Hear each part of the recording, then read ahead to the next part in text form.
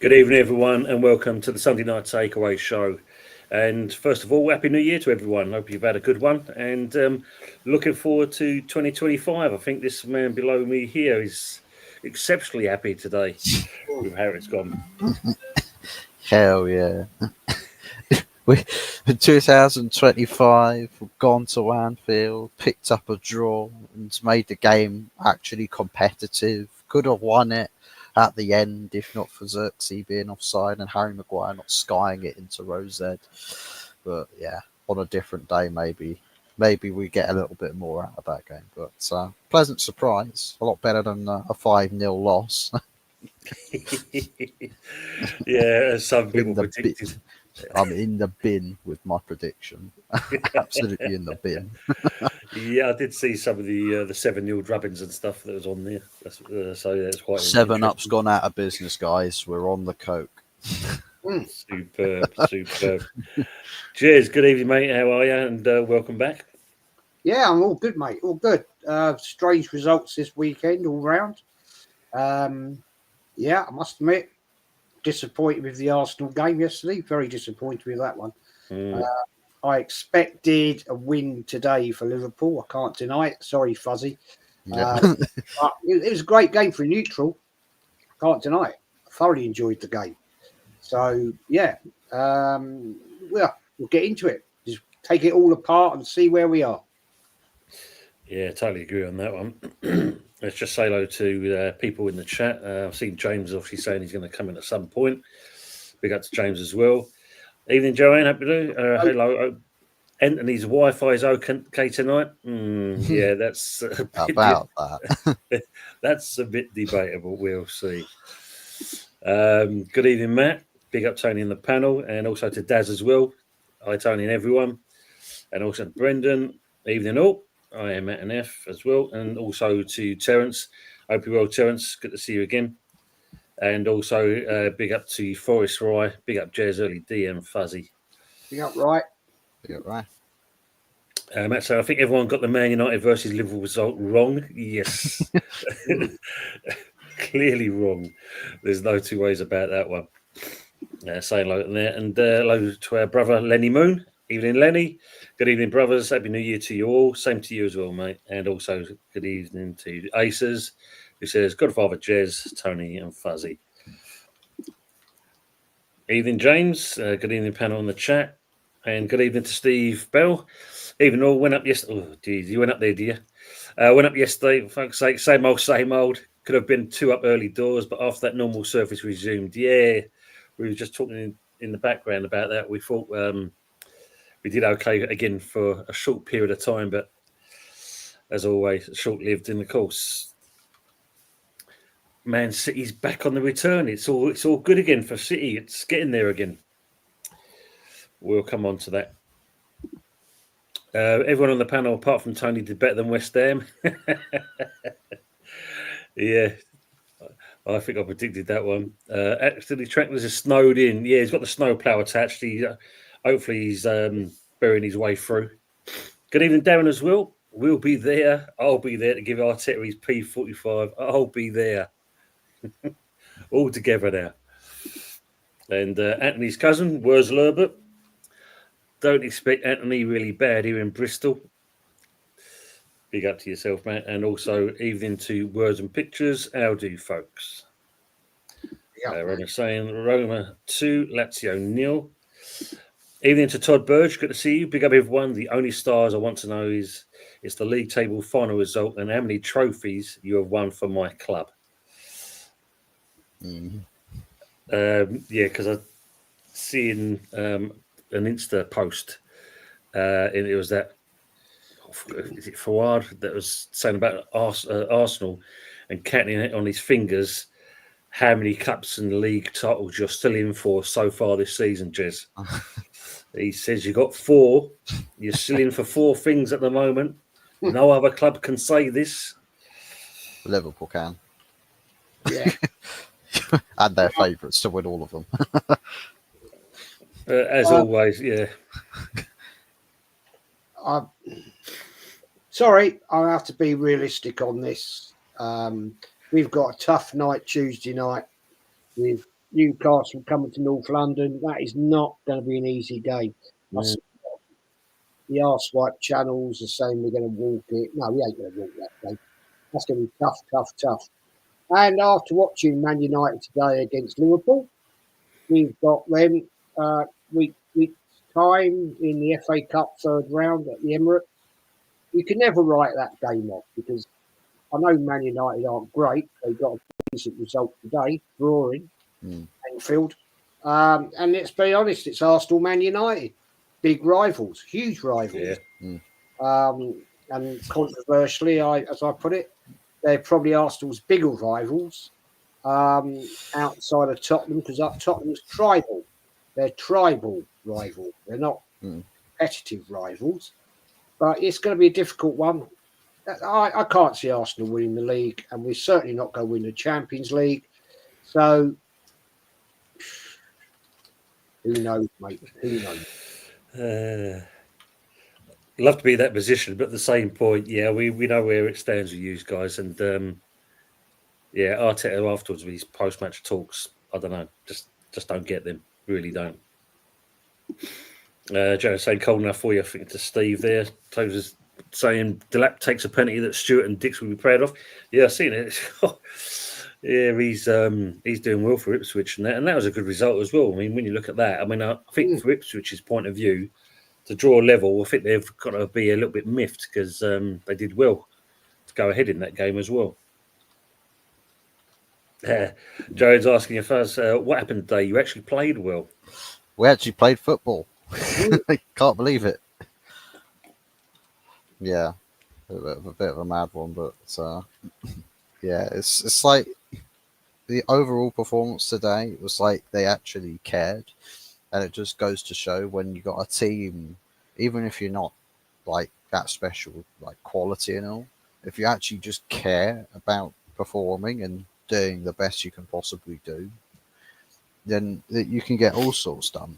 And you know, the probably Man United's toughest fixture possible, or maybe apart from Real Madrid away, would be Anfield away. And we went there and made a good account of ourselves, and the fact that we could have walked away as victors in the game as well says everything you need to know about the balance of the game and individuals. Perhaps, you know, imagine if Man United played with Osimhen in the number 9 rather than Rasmus Højlund, because he's been stinking out the gaff left, right and centre.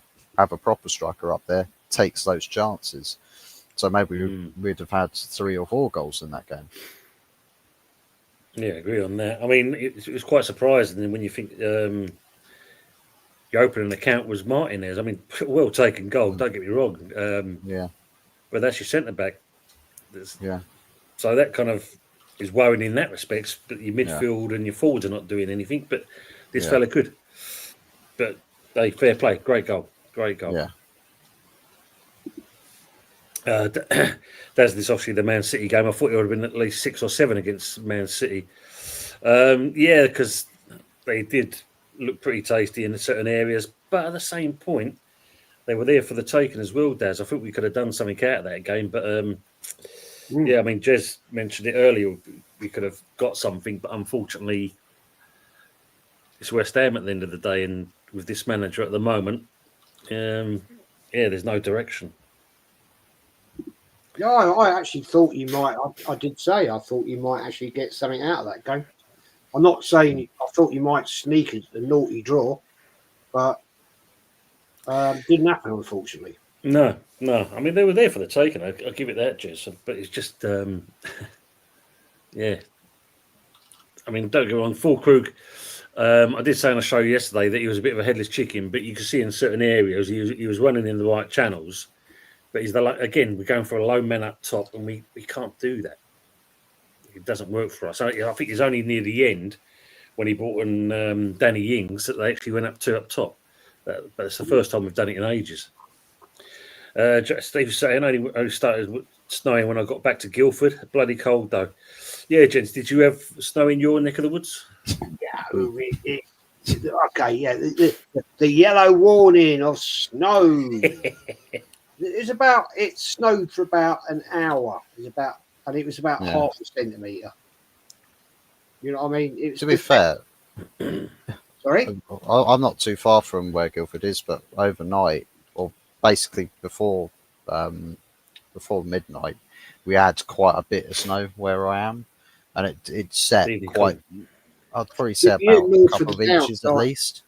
you? But You're north. overnight, the rain came in, and pretty much by the morning, it was completely gone. So it didn't stick around at all. Yeah, I mean, it wasn't. I watched on the news about 8 o'clock this morning up in the north, and it was Yeah, proper lumps of snow. Big ups to Chip. yeah, This is like dandruff we're getting. Dead. Right, yeah. I always say if it goes north of the North Downs, we don't get it here. If it comes between the North Downs and the South Downs, then that's when it tends to dampen us and it gets stuck. You know, Yeah. but it's pathetic, man. It was like, Evening, Richard. it was pathetic. It was about half a centimetre. Yellow warning for snow. Wow. Evening, Menace. I mean, yeah, we had it over. I think it came down about 10, 11 o'clock last night. By the morning time, it was still a little bit there. Then it rained and it was gone. Yeah. Big up VH as well. Big up, lads. Great panel today. Thank you very much. Good to see you as well. And obviously, I get quite a few of the reports being at the airport anyway, so it's been constant coming through with the weather warnings. But hopefully, it's not too bad. Newcastle put us out in Tuesday. Darren saying, Happy New Year to Niall. Good to see you as well. Happy New Year to you.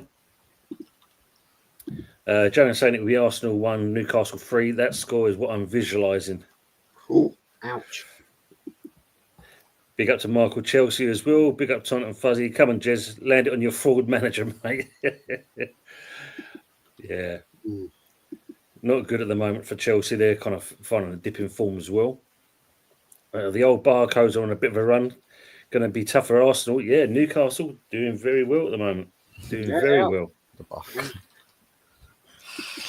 Yeah. Evening, Arsenal man. Good to see you as well.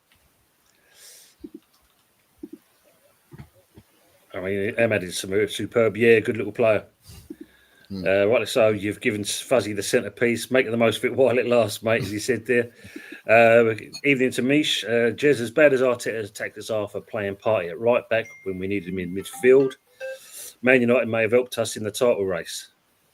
And good evening, everyone from Lee Gunner's channel. Lee Raid, Exelinator, to Molly, Mally Talks, 170 Gunner, Susie, Daft Joel. That's a good one. Big up to Colin as well. Fuzzy mate, just give Amber in time. Just needs the backing, but do you feel they were backing fully? Interesting. Yeah. Yeah. No, it's like you've seen. Big up to all from Lee's channels. Seen hints of what an Amarin system can be capable of, especially when you've got the players that try. And I don't see why, give him his players fairer assessment, see just how good of a manager he actually is, and go from there. Because at the moment, he's got 0 players that he's having to start every week. So it's everybody else's players. Very true. Very true. Jezzy, yeah, they're all saying hello to each other. Timmy's on, Raid on, yeah. Good evening, Mama Flossie as well. Evening, Tont, Jez, and Fuzzy. We got Mama. Darren saying there is no title race at the moment. Yeah, Lopetegui on borrowed time now. Yeah, 2 more games apparently. He's still got an extension, this manager, so how long it stays for is another thing. But clearly something's got to give. Unfortunately, this chairman is not going to let him budge at the moment, which is worrying to say. Man City were always going to cruise it. Yeah, well, not going by their form previously, apart from the 2-0 they got. In the chat, I meant to say stats, not stars. We knew what you meant, Todd. Lee Ray from Desmond as well. Be up, Desmond. Steve, no snow and a rain day. Also, next saying this result makes Arteta more of a bellend. Every time there's an opportunity, he fails to capitalise. Fact. Yeah, totally right. I mean, I'm just sick and tired of it, if you want to be honest.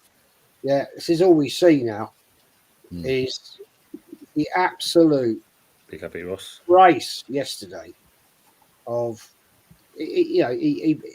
what is this man doing? Somebody, please tell me, because I can't work it out.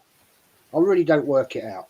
Best midfielder we've got, put him back at right back. We looked out of shape. We looked heavy legged. We just looked a complete and utter bloody mess. Great goal. Great goal.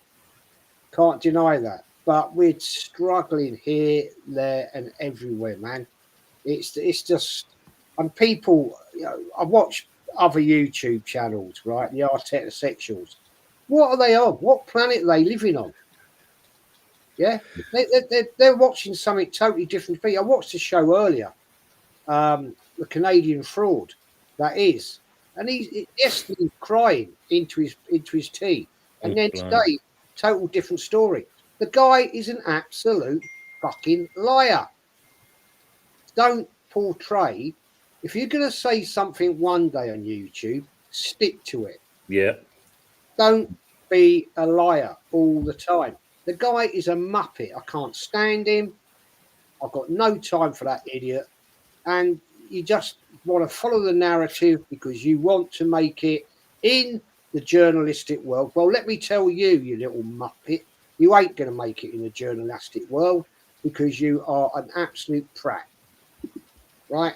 And there's somebody in the chat's got the name right. He's an absolute bloody fraud. Yeah. Can't stand the guy. What he needs is a damn good smack in the mouth and wake him up and say, sorry, fella, you're a prick. Because how that idiot has got 30,000 subscribers, dear God Almighty, just shows how idiotic we are, or some of the people are in our fan base. They follow this manager like he is the Messiah. The guy is an absolute bloody clown. The manager is a clown. Did he have Odegaard on the bench for yesterday? Yeah, he was. Yeah, he was on the bench. Yeah. Wow. Okay. He did absolutely nothing. He did nothing. Jesus did nothing. Yeah. Right. All right. He's had a purple patch. He's gone back to where he once was again.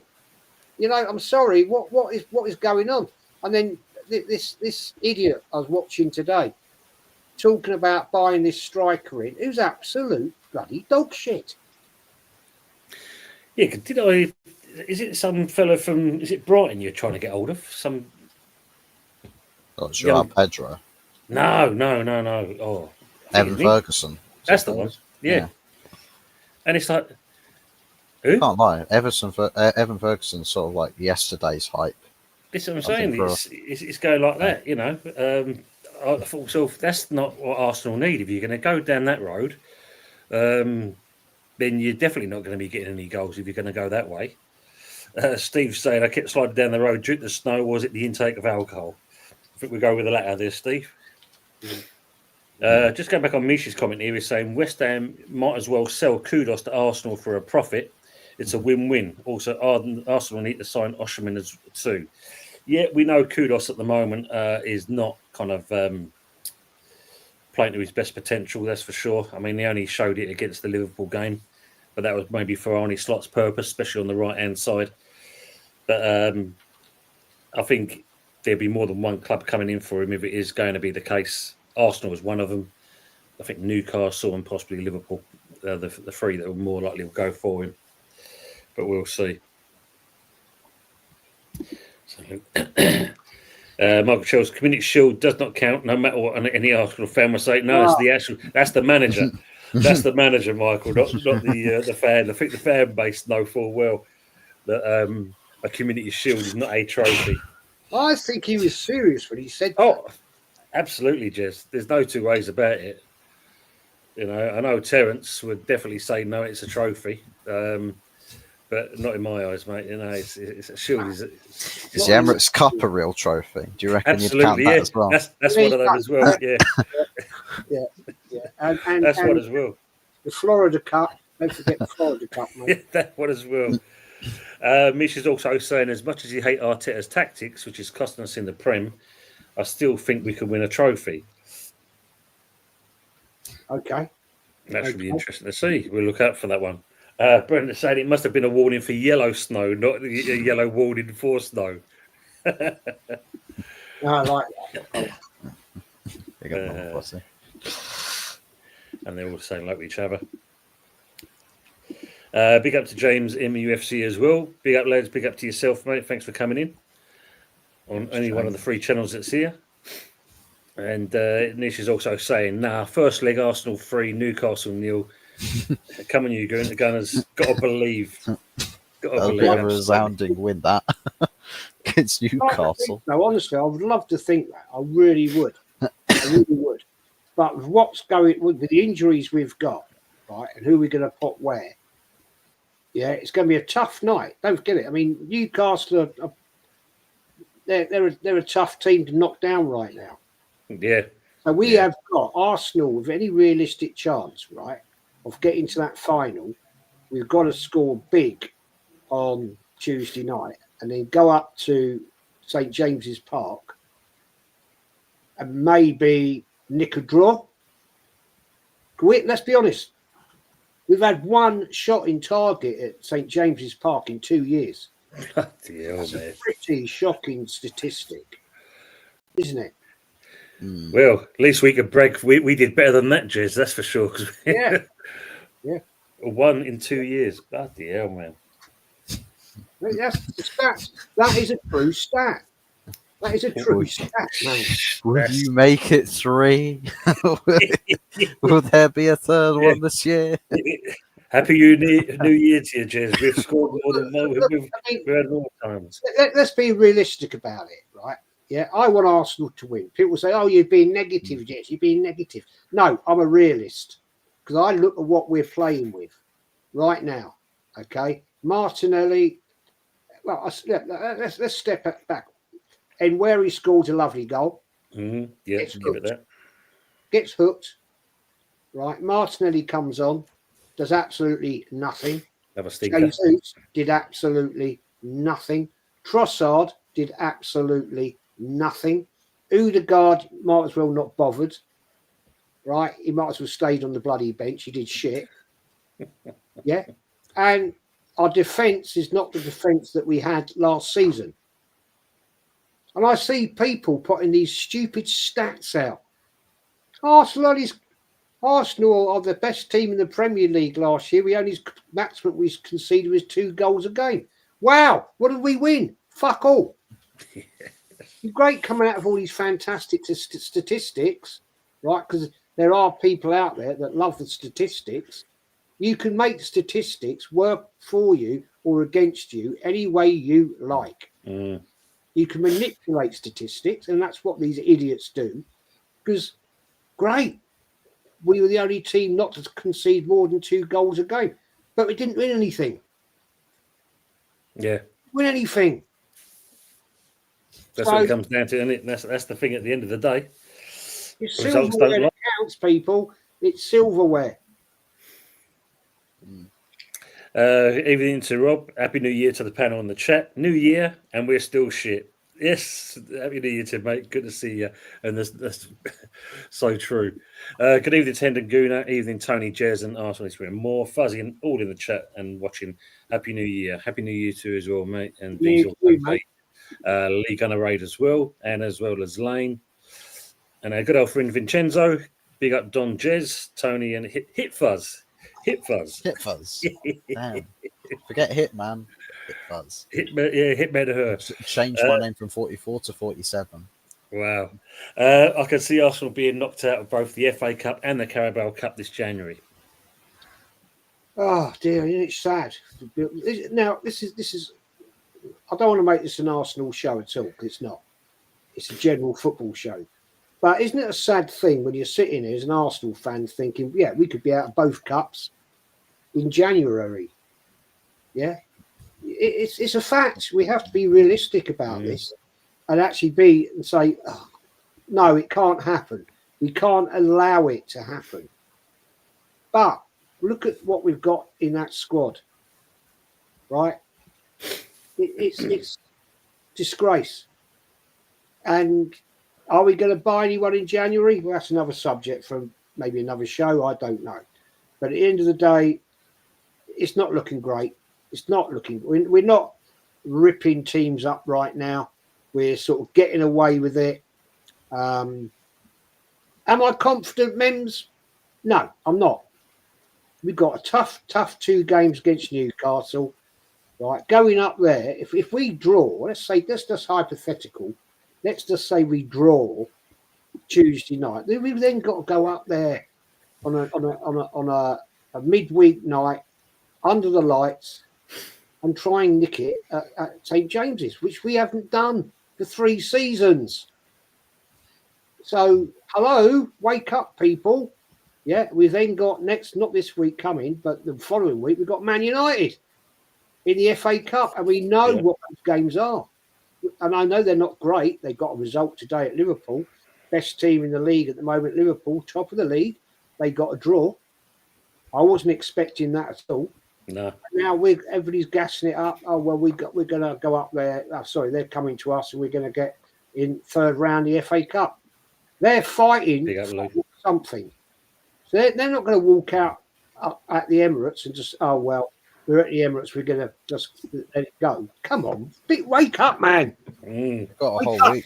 We've got a whole week as well, which is the second week that we've had in quite a while, where it's just you prepare for one game on the weekend, rather than have a midweek fixture jammed in the middle, and then you've got a short turnaround period. Because if you go into Newcastle's game, what happens if you pick up? Because it's quite a physical game. Then in Spurs, we're quite feisty with Joel Linton. What if Joel Linton puts in a challenge and gets one of your other players injured? Yeah. What if Thomas Partey goes down? What if Declan Rice gets a knock or something? Key players. It's a risk. It's a risk factor. You can't necessarily field a really weakened team, because otherwise you throw the cup in the bin. You have to put out your strongest team when you're in the semi-final, because that's a chance at a trophy. So whichever way you look at it, it's a double-edged sword. In Arteta's case, technically, if you're Arsenal, technically you should be pressing for that trophy, and then still giving United everything you've got in the FA Cup on the weekend. 2 cup fixtures, play with pride both of those, and expect nothing less than wins. Push for nothing less than wins. But the fact that we're talking about Arsenal potentially slumping out of two trophies in the span of 4 or 5 days. Mm. I mean, I know there's a second leg, but you don't do the job, or do the duties on the first leg. At St James's Park, you might as well write that off. It's going to be, there's a very good comment in there from Mish that we beat Newcastle 4-1 at the Emirates last season. Yes, we did. But we had a proper defence when we did that. Right. Right now, we haven't got that defence. Our defence is a bit ropey because we're playing players out of position. We've got players that are injured. So it's not, Mish, going to be quite that easy this time around. And we had Saka, who scored in that game, and we haven't got him. He's out. He's gone for the rest of the season. They didn't have Tonali. So it's not going to be quite the same game. Hear what you're saying, respect what you're telling me, but it ain't the same team. And we've got this unusual setup going on where that midfield yesterday, Jorginho, Rice at 8, I mean, come on, man. What are we doing here? What are we looking at? What are we saying? What's your most physical midfield consist of? Is that like a Partey, Rice, and somebody else? You've got to put Rice on his day. Partey for sure. He's our best midfielder this season, no question. And AN third. We're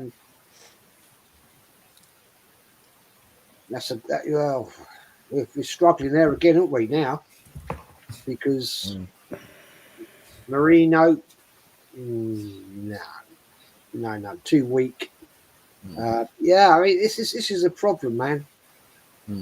Odegaard, he's just too in and out for my liking. He can be brilliant, but no. He was terrible yesterday when he came on. He was shocking. And now let's bear in mind, people, this is our club captain and he doesn't start. What's that tell you? Rice was captain, not good. Interesting. So before we go with SG's comments, James, good evening, mate. Thanks for coming in. Happy New Year to yourself, mate, as well. Yes, all good, mate. I was just about to see myself over the comment. I was going to say, yeah. I just want to do that. We'll come back to you on that. SG saying, who would win a boxing match between Jez and Arteta? My money is on Jez giving Arteta an uppercut for the knockout. Well, it would be messy. Well, I think even Messi would beat Arteta up. Yeah, I can see Jez doing that as well. James, obviously, I briefly came on your show yesterday. We talked about yesterday's game. Any more since then? Same old, isn't it? Let's be honest. Nothing's going to change, mate. I see links to strikers today. Chan from Wolves, Ferguson, and Latte Laff from Borough. That's the only thing I've seen really of any note. He ain't getting sacked. It's simple as that. And I think people keep saying it and they keep getting wrong. And yesterday was a shit result, but I think the next 3 games will really decide what is really going on. If we get pumped at Villa, if we get done at Fulham at home and Palace at home, then questions need to be asked. But it wouldn't surprise me if they keep him till the end of January and then sack him, and then they bring a new manager in and they ain't got to pay no money for transfers. It just wouldn't surprise me. It just wouldn't surprise me at all. But yeah, just another day in West Ham paradise, isn't it? Mate, it's shocking and that. I can't see anything like you, mate. I can't see it changing. This chairman's still going to keep him in for a short, for a long period of time, I think, and that's worrying for everyone, really, not just as a West Ham fan. I think that's for other teams as well. You've got to think if a team, a club can do that to one manager, what it's like for others. But on the other hand, I'm just going to go to this comment because it's got quite a bit of relevance to it, and that's from Colin saying, "Guys, do you feel Forest could get in the mix for the title?" Nah, I think so. I don't. They're tough. I think they will drop points along the line, and but they've got Liverpool next. All right, if they go and beat Liverpool, they're in the title. Liverpool at home, yeah. Yeah, and if they fail to beat Liverpool, they're out of it. So, I don't think so, mate. I think there's too many teams. I think there's teams there who, they will be playing. There'll be a title race, James. I don't think there'll be a title race, but I think they'll be in the mix for the top 5. Oh, 100% top 5. Yeah, 100%. I'll give you that. But I think Liverpool will win the league, mate. When it comes to, if I'm honest. No, I didn't mean that. I'm sorry, I said it wrong. I don't think they're level to compete against Liverpool for the title race, etc. But I think they'll be in a fight for the top 5. Oh yeah, definitely agree. Well, to be fair, in the last 5 games, Forest and Newcastle are the only 2 teams that have won their last 5. So their last 5 fixtures are all green. Everybody else has either drawn or lost something within that time. So the most 2 informed teams are Newcastle and Forest at the moment. So yeah, true. How long is that going to continue? Well, you think at one point it was going to be Chelsea, but they've dropped off like a stone, haven't they? The last three games, 2 draws, 2 losses, 1 win. So not good at all in that. Big up to Lou from me, 7 Hammers. Lopping is deported. He can go fuck off and go coach. Atletico, dog and duck. Better do, better see. Would be a bad club to go to, I suppose. At least he'll get a tan. Yeah. Arteta, as he's saying here, like Jellyfish Potter. He's not the Messiah. He's a very naughty boy. There's a few other words we could use. Carabao Cup and top four isn't good enough. Arteta needs to go. Yeah, we already know that. How did Anthony Gordon not get a penalty when he was whacked in the face in the Spurs penalty box yesterday? We're seeing some strange decisions Yes. again. Inconsistencies. Yeah, very strange. Hope we don't sign anyone. Keep poor powder dry for when Arteta gets sacked. We can only. Jez, get Moyes in and you'll see what a clown is like. Mind you saying that, I don't know if you saw Jez and Fuzzy the game yesterday, and that Moyes was actually at the game. Moyes 3.0. Woo! I do love these people who keep criticising one of our best managers in the Premier League era. Just ridiculous, isn't it? Do you know what I mean? No, it's no disrespect or nothing, but fuck me. We haven't won nothing for 43 years. We're going to win something, and people criticise the man who won it. But these same people won't say a lot about Sullivan. This is the one thing I will say about our fan base is they're so fucking hypocritical. It's unreal. Yeah, they should be coming out and having a right go at the owner for serving up the shit that we're dealing with right now, because it's going to set us back 5 years, easy. Like by the time we get a team together that is going to compete for the top 6 or top 8, Bowen will be older, all the other players will be older, and then we have to replace them. Do you know what I mean? Just people keep knocking the ex-manager. The ex-manager showed us the door of where we can go. It's down to the owner to fucking maintain it and preserve it, and our owner doesn't. And people keep knocking Moyes for that. Sad, really. It is. Fair point. Yeah, I suppose that's one thing the three clubs got in common at the moment is the fact of what you did have and what we've got now. So, Sam, be careful what you wish for, isn't it? It's true, man. It's true. It's just Arsenal Manic saying, Generation Z Arsenal fans, what do you expect? They don't know what winning is. If you slapped them in the face, they're on social media to make a career. The more worrisome are they for 40 pluses. That's true. Yeah, Mims is saying, Evan Ferguson is linked with Arsenal. Also, West Ham are interested in Tierney. Tierney ain't going, there's going to sell it, right? You go back there with old Brendan. He's going back to Celtic, mate. Yeah. Could have be sold until summer because of Bowen injury at the moment. Possibly that could be the case. Yeah. Dinner plate isn't a trophy. Yeah, to Terence is, as we said. Rob Michael finishing in the Conference League, play 7th and no cups will be the minimum for Arteta to stay. Absolutely no chance of him leaving. Arteta runs his club from top to bottom, including the core of it. Oof. I agree with that. Oof. I agree. Time to go, Mick Arteta. Time to go, I say, Saki Mikel, the real fans' day. Darren's selling his album already. I've seen Super Mutants compare Arteta as like the Lion King, the movie. What the hell is wrong with these people? This is Arsenal Football Club, professional team, not Disney FC. Well, I don't know. I think it is Disney FC myself.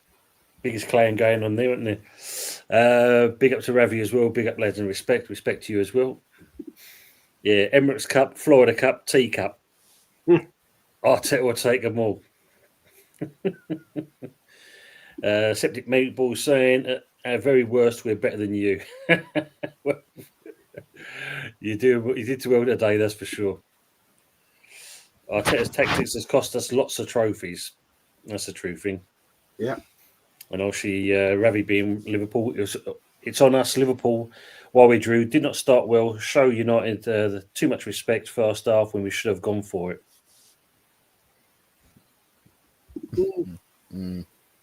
And big up to a friend from the other side of the pond. Big up to Dow, Oregon Goon. United will be up for it too now, Jez. Yeah, that's what I said. I just said that. You know, it's Arsenal, Man United. It's been like that for the last 30 years, right? They're not going to come to the Emirates, lay down and say, "Oh, we'll put our legs in the air and Arsenal come and do us." They're going to be there for the fight. Yeah, and we've got to man up. We've got to man up because we've got a weak squad, and who's to blame for it, people? Arteta. Who's in a worse situation here? Arsenal or West Ham, Tone, for you? Cool. I think if you look at it, how do you answer that? I think we're very close second. Because I think if you look at the reason why I say that, considering what Arsenal are and where they should be, they're always late to the ball. So again, it's one of those where it's another year of hurt. We've got a manager that kind of won something off the team, the manager before that's team.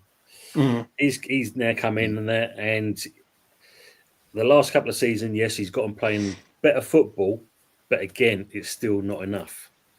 If you look at our situation, it's the fact of, as we already know, it was his chairman that brought this fella in, and we could all tell just by the pre-season friendlies that the writing wasn't on the wall. It wasn't looking good. And from that point onwards, it's kind of proven itself. We've got the squad, we've got the players. You just need someone that knows how to tick the boxes and get these players playing. And at the moment, this fellow hasn't got a clue. I think I said to you, watching that press conference, I had no idea what he was on about. Kept going around in circles, backtracking on himself, asking whether this person was to the left of him, answering again, and even people in the chat were still none the wiser. They had no idea what he was on about. I would say West Ham's in a worse situation now, and the reason why is because what he's built over a period of time, he's built towards something. Yeah, fair enough, it ain't worked out this season. Liverpool probably go and win the league. But with West Ham, we built on something and we've gone backwards in a space of 6 months. That's a rapid pace. Yeah. And if we continue to go backwards, we're only going to go one way, and that's the Championship. When you look at us, we rely on key players, and a lot of our key players don't want to be there, and that's a major problem. Do you know what I mean? So yeah. I think in 6 months, the damage that's been done in 6 months from 4 years worth of work to get West Ham into Europe, build on Europe, keep maintaining that European sort of standard, to now being 14th in the league. Was it 6 points, I think, or 7 points from the drop? It's a dangerous game, mate, really, for me. Yeah, true. I get what you're saying in that respect, because you're not wrong. We can see it visually with a lot of these players now that they're at half pace. Yeah. So I'll make you right on that one there. Big up to Brian CFC though. Thanks for the super chat there. Big up early doors and the chat always. Thank you very much, mate. Colin saying, do you feel Kudus will be a surprise Man United target? Not for me. No, I don't think so. Forest playing well, but don't think it'll be in the title race. Everybody said there. Mish saying we beat Newcastle 4-1 last season. We're basically the same team, but Spartaka. Why can't we do it again? Lower intensity. Can't say it. Sorry. Yeah. Jez would be very disappointed if United dump Arsenal out of the FA Cup. It's his favourite cup. That's another thing. Is it one FA Cup we're now behind your record with? Yeah. So if we end up going on to win it, even though I don't think we will, you'll look back to it as like we could have stopped United from equaling our FA Cup record. You can't post 13 seconds after the final saying, look at our history in the FA Cup after Man United go one closer to equaling our record. It's like no shameless Arsenal Twitter posts. None of that. I absolutely dread that. Be honest, oh mate, I tell you what, if Man United went on to win it this year, that would outdo me on the West Ham one, to be honest. Yeah. I never brag, Mama. You know that. When we did the watch along, I never brag. Sick of the same old excuses and draws. Yeah, Martinelli is pants. Yeah, he is.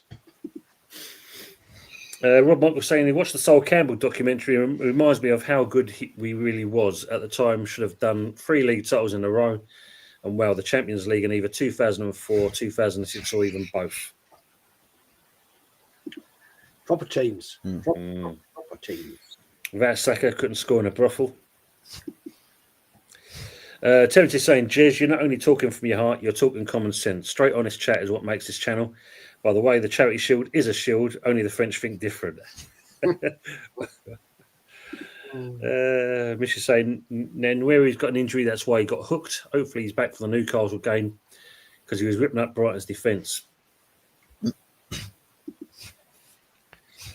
Another player injured, you see. Another one. It makes you wonder what they're doing in training, Jez. No. Daft Joel saying one of Arsenal's biggest problems is constantly buying players to replace the last one who flopped. How many left backs bought for none to be better than Tierney? Well, 7 of them, mate. 7 left backs. Yeah, now. Who's the last player, would you say, Arsenal have signed that has benched a first-team starter and actually been an improvement in their position? That's a tough one. Is it? I'm just wondering with that because it Right. feels Raya, goalkeeper, maybe. Yeah, possibly yeah, you'd go with that one.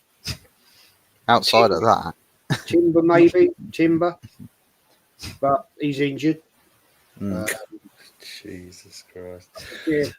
How many It players feels have actually like- got injured? Sorry? How many players have you got injured now? 7, I think. Shit, me. It just feels like with Arsenal's team, it's like Arteta's sort of built this core, and it's just like, yeah, it's a great team, fantastic team. What you're doing to improving on it, and it's just like you keep hitting that stumbling block. There's a chance that you could sign a proper world-class player. It's like you make a good team, a great team. You go from a great team to a world-class team, and it's like this. You can build a team up in stages like that, but it's like Arsenal seem to have missed the trick. They found they stumbled upon a very good contingent of players and build upon it. They've not really built upon it. They've just maintained it by, oh, well, that player leaves that position, we'll sign this little guy, put that in there, and it's just like you hit a glass ceiling. Don't hit glass ceilings, smash through them. Mm. I mean, it goes back to what you just said there, what James just said. Build up a fairly good team, and then in the space of 6 months destroy it. In our case, basically. Daz is asking, do you think Arsenal will win anything under this manager? I think we're in a shout for the carrier bag. If we can get past Newcastle, Arsenal have got a bloody good record of cup finals. Not so much in the League Cup, I admit that, but it's a chance. But the only problem is the League Cup finals. What, in February? Is it Yeah. February? In the February, give in the March. Mm. Yeah, it's about that time, isn't it? Anybody? We'd need, if we ended up playing Liverpool, then we've got a damn decent squad because they're a damn good League Cup team. They've won more League Cups than we have, so that's a big ask. So yeah, I 16th of March as Aces is the cup final, so we'd have to get some players back in for that big time. We're not going to have Saka. Let's forget that one. Mm. We'll be back any time. I don't think we'll see him the rest of the season, personally. No, I don't think. I think we're in a shout with that. The FA Cup, I'd love it. It's my favourite cup competition. We ain't winning the league. We ain't winning the Champions League. So it's FA Cup or the carrier bag. So we're in with a shout right now with the carrier bag. We just got to get past Newcastle. Be interesting one. Will be interesting. As Ravi says, smash the likes up and subscribe, please. And if you can, also smash the likes and subscribe to Jezzy's channel, Arsenal History and More, Hot Fuzz 44 and E-Zone 20 TV. If you don't, E20 Zone TV, it's my bad. Sorry, James. If you can, please, guys, it helps all of our channels. It'd be very appreciative if you can do, especially as this is the first one back for the new year as well. Why don't you guys try to win Champions League? That's obviously for the Arsenal boys. Can I just say I've got something wrong there? Timber's not injured. It was a one game ban for 5 One game ban. It's Ben White that's injured in that fullback position, isn't it? Sorry, I've got that wrong, boys. No, fine. Silverware, no silverware. It's got no silverware from Arteta. Sexuals everywhere. We still ain't got no silverware. Anthony saying, yeah, I agree with Jez. Love that miserable old git. Big up, Jez. We're with you. Love it. Good evening to Spartacus Guna. Arsenal not serious. Yeah. Unfortunately, yeah. Yeah, exactly. Why you're not on, Anthony? He's ploughing all the streets, Mama, getting rid of the snow down in Bristol. Rob Mock was saying, well, Arsenal are the 5th best team in the country in terms of history. Chelsea and City have overtaken. Yep. Correct. Yeah, it's true. Happy New Year's as well, Vincenzo. And also happy there. Usual, good to see you as well. Yeah, it must be buzzing, as he's saying there for Newcastle. Big up to Ben. Big up panel and chat. Happy New Year to you as well. Big up Jez. Up the Horsham dandruff dusting. It was pathetic. Just to light things up, right? My missus loves the snow, right? She loves it. When we last had our big snow here, we were having a debate about it. We went out at 1 o'clock in the morning across the road where the river is, made a snowman, right? Just for a giggle, like you do, when you're stupid. And she was saying, "Oh, we got yellow warning of snow tonight, this, that, and the other." I said, "Get it out of here. We ain't getting a big dump of snow." Right? And she was going to work, and it snowed for an hour and a bit here. I said, "There you go. There's your big yellow warning. It's about half a centimetre." Half a centimetre, yeah. That's what it was. Pathetic. Dear. To be fair, it's half an inch of snow. That's enough to stop the entire south of the country, it would seem. Yeah, True. Yeah. That is true, yeah. Brady K saying, Man U next Sunday in the FA Cup. I think we're all in the white again. And Vincenzo saying, Arsenal have been serious for the last 18 years. Yeah, true. Mama's got back for me, mate. Says, watching the game, haven't sent a week now. I'll jump on in a bit. He will be here then. And Septic Meatball saying, we're shit, but we're still united. We don't lay down and show our belly to any team. True. Big up to the panel and to the chat. 10 minutes to go, Proven at 8 points down. Oof. Big up to Mr. Joshy J as well. Big up Jez in the chat, like secured. Good stuff. Evening to Ted the Hammer. Good to see you, mate. Thanks for coming in. Happy New Year to yourself. Yeah, man. And he's also saying hello to there as well. Mr. Bell. And Jaren's saying, talk about a second leg. Arsenal will do with an extra leg. They might then score then. Calafiore is not a left back. There's no Champions League. Saying evening, I'll catch up with this chap. Yeah, he's peeved off, that's for sure. Well, I think we all have been there. Hendon's saying, how much money wasted on Calafiore, Mourinho and Kivior? They're patently not good enough.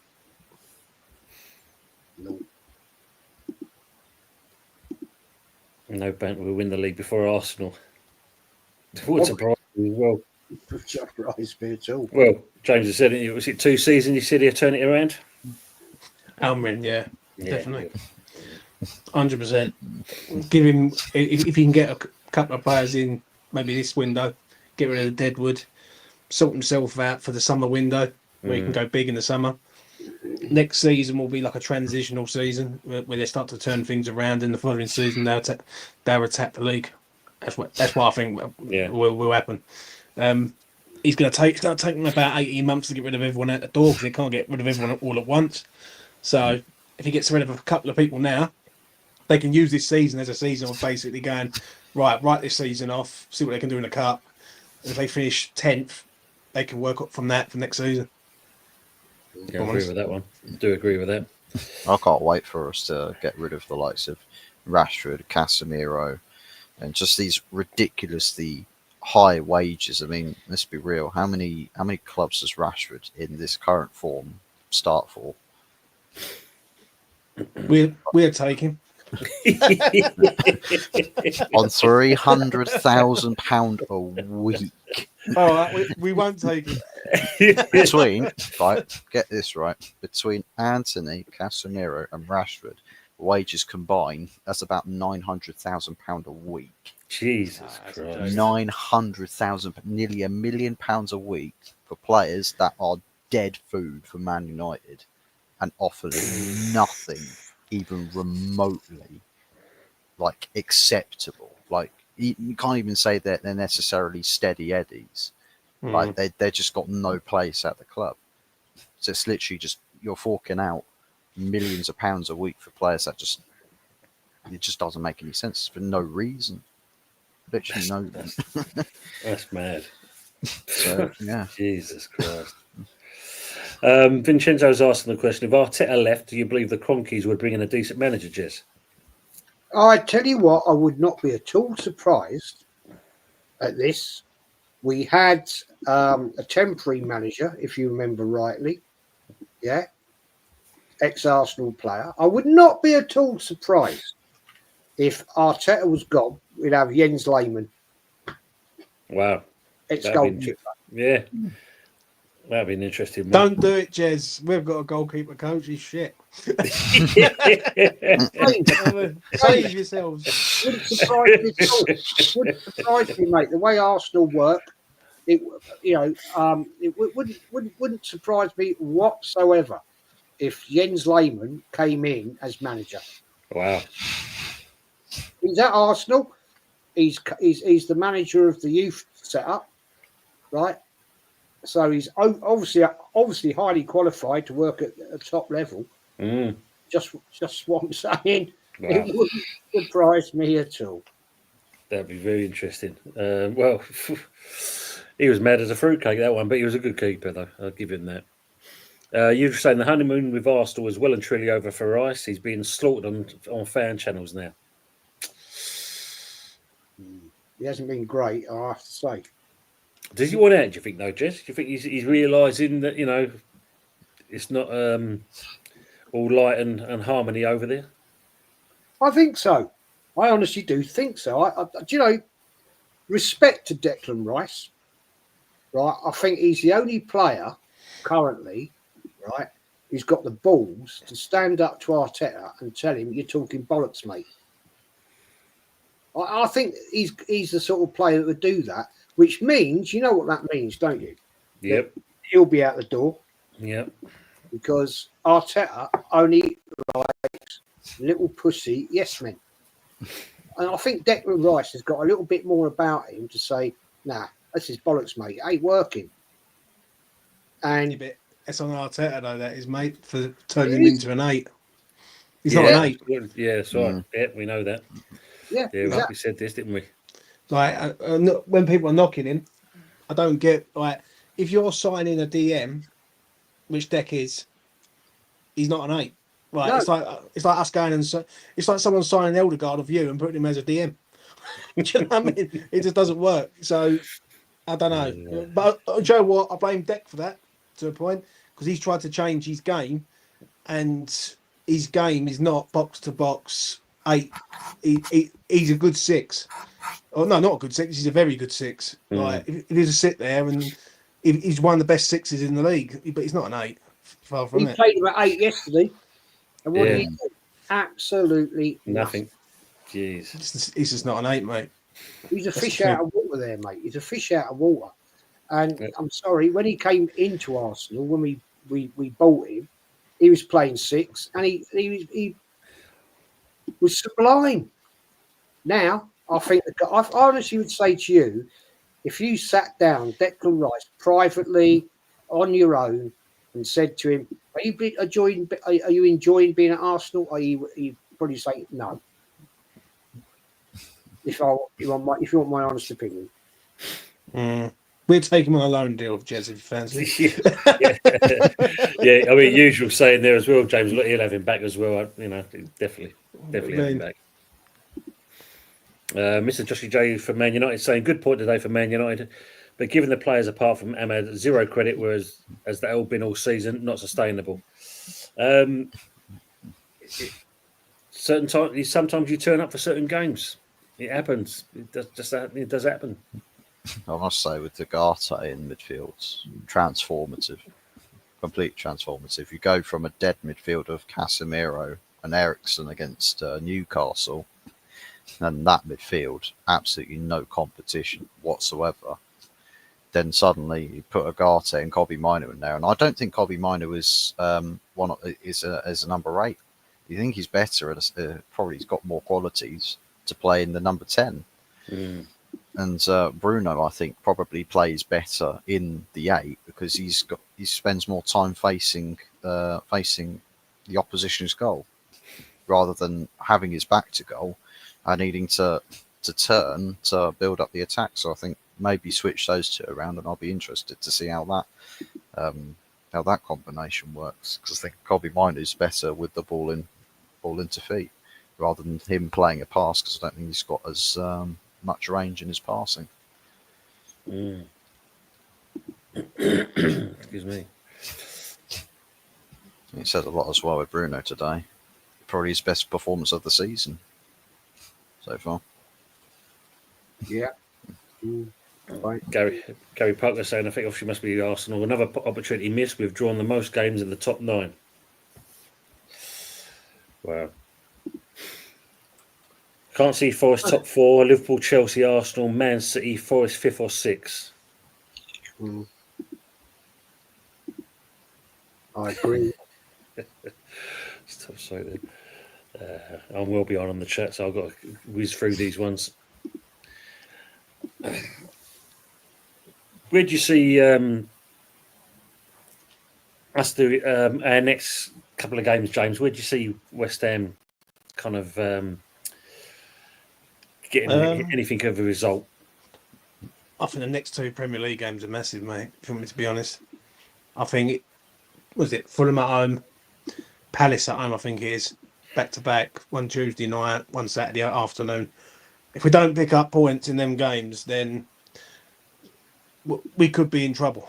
I don't think we're in trouble. I think we've done enough over the Christmas period to get us away from danger a little bit. I think we're 7 points clear.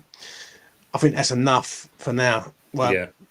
Before anything, the issue is that last season people were saying that it was shit and they needed to change. This season, I think it's even worse than last season, if I'm being honest. It's okay playing decent-ish football, but if you've got no end product, what's the point? Do you know what I mean? If we're going to keep playing, oh yeah, we look good, but we keep getting battered every week. And I've never seen it with West Ham, especially at the London Stadium, where we've been absolutely hammered and there's been evacuation of the LS literally all the time. Yeah. Like people walking out, and even the other day at City, what was it? Was 4-0 down and there's people leaving, and it's happening one too many times for me. Yeah, I know Jez has been talking about this quite a few times, even against these lot, when people leaving the stadium early. Regardless, you pay enough money to be there in the first place. Stay there, sit it out. I mean, you're a football fan at the end of the day. Take wins, loses or draws, you still should stick around. I agree on that wholeheartedly. Don't agree on this though. Apparently, we'll look to another injury-prone striker in Calvert-Lewin. That's such a West Ham signing. Sullivan appointment, right? Yeah. Misha saying, still don't get why West Ham let Moyes go for Loppy. He had to go, Moyes. Does he deserve the abuse that he gets? Absolutely not. I don't believe so. I believe that he set a standard at West Ham. Whether you like that standard, not another thing, but he did have a standard of us finishing in the top half. But what we've been served up with Lopetegui is borderline insulting, really. But Yeah. It is. I mean, Steve Bell saying, obviously Sullivan is the reason we can't attract a decent manager who would want to work for him. And that's the problem, isn't it? I heard this last year, though, mate. Right? I heard so much shit last year. That's why now I'm just going to be calling them all out. When people keep saying about we're going to go and get these top-end manager and Tim Stein and all that, they keep forgetting who owns the club. It's just like, I'm not being funny, it's like the Cronkies, for instance. Use Arsenal as an example. Arsenal have had problems with their owners for years. Well, I remember there was times at Arsenal where they wouldn't spend a penny after the move, and they was like literally wouldn't spend nothing because of the move. And when I look at us, we've gone and literally got rid of a manager that no one really wanted, i.e. Moyes, and you've served it up someone who's 10 times worse. This geezer's worse. He's worse for a lot of reasons because he's not making no players better. He's sending us backwards. Yeah. And the fear is with me, I said it on the afterthought yesterday. Yeah. My biggest fear is that if Sullivan comes out and turns around and says this is a transitional season, and he goes, you know what, he's got a year left, we're going to see how he goes, he could relegate us, this geezer. And that is, listen, we are lucky to be away from danger, and we shouldn't be in this situation. Like Nottingham Forest, are Nottingham Forest better than West Ham? On paper, I don't believe so. I think we've got some good players. But as a team, they're a better team than us. Brighton are a better team than us. Even Bournemouth are a better team than us at the minute. That's sad, really. True.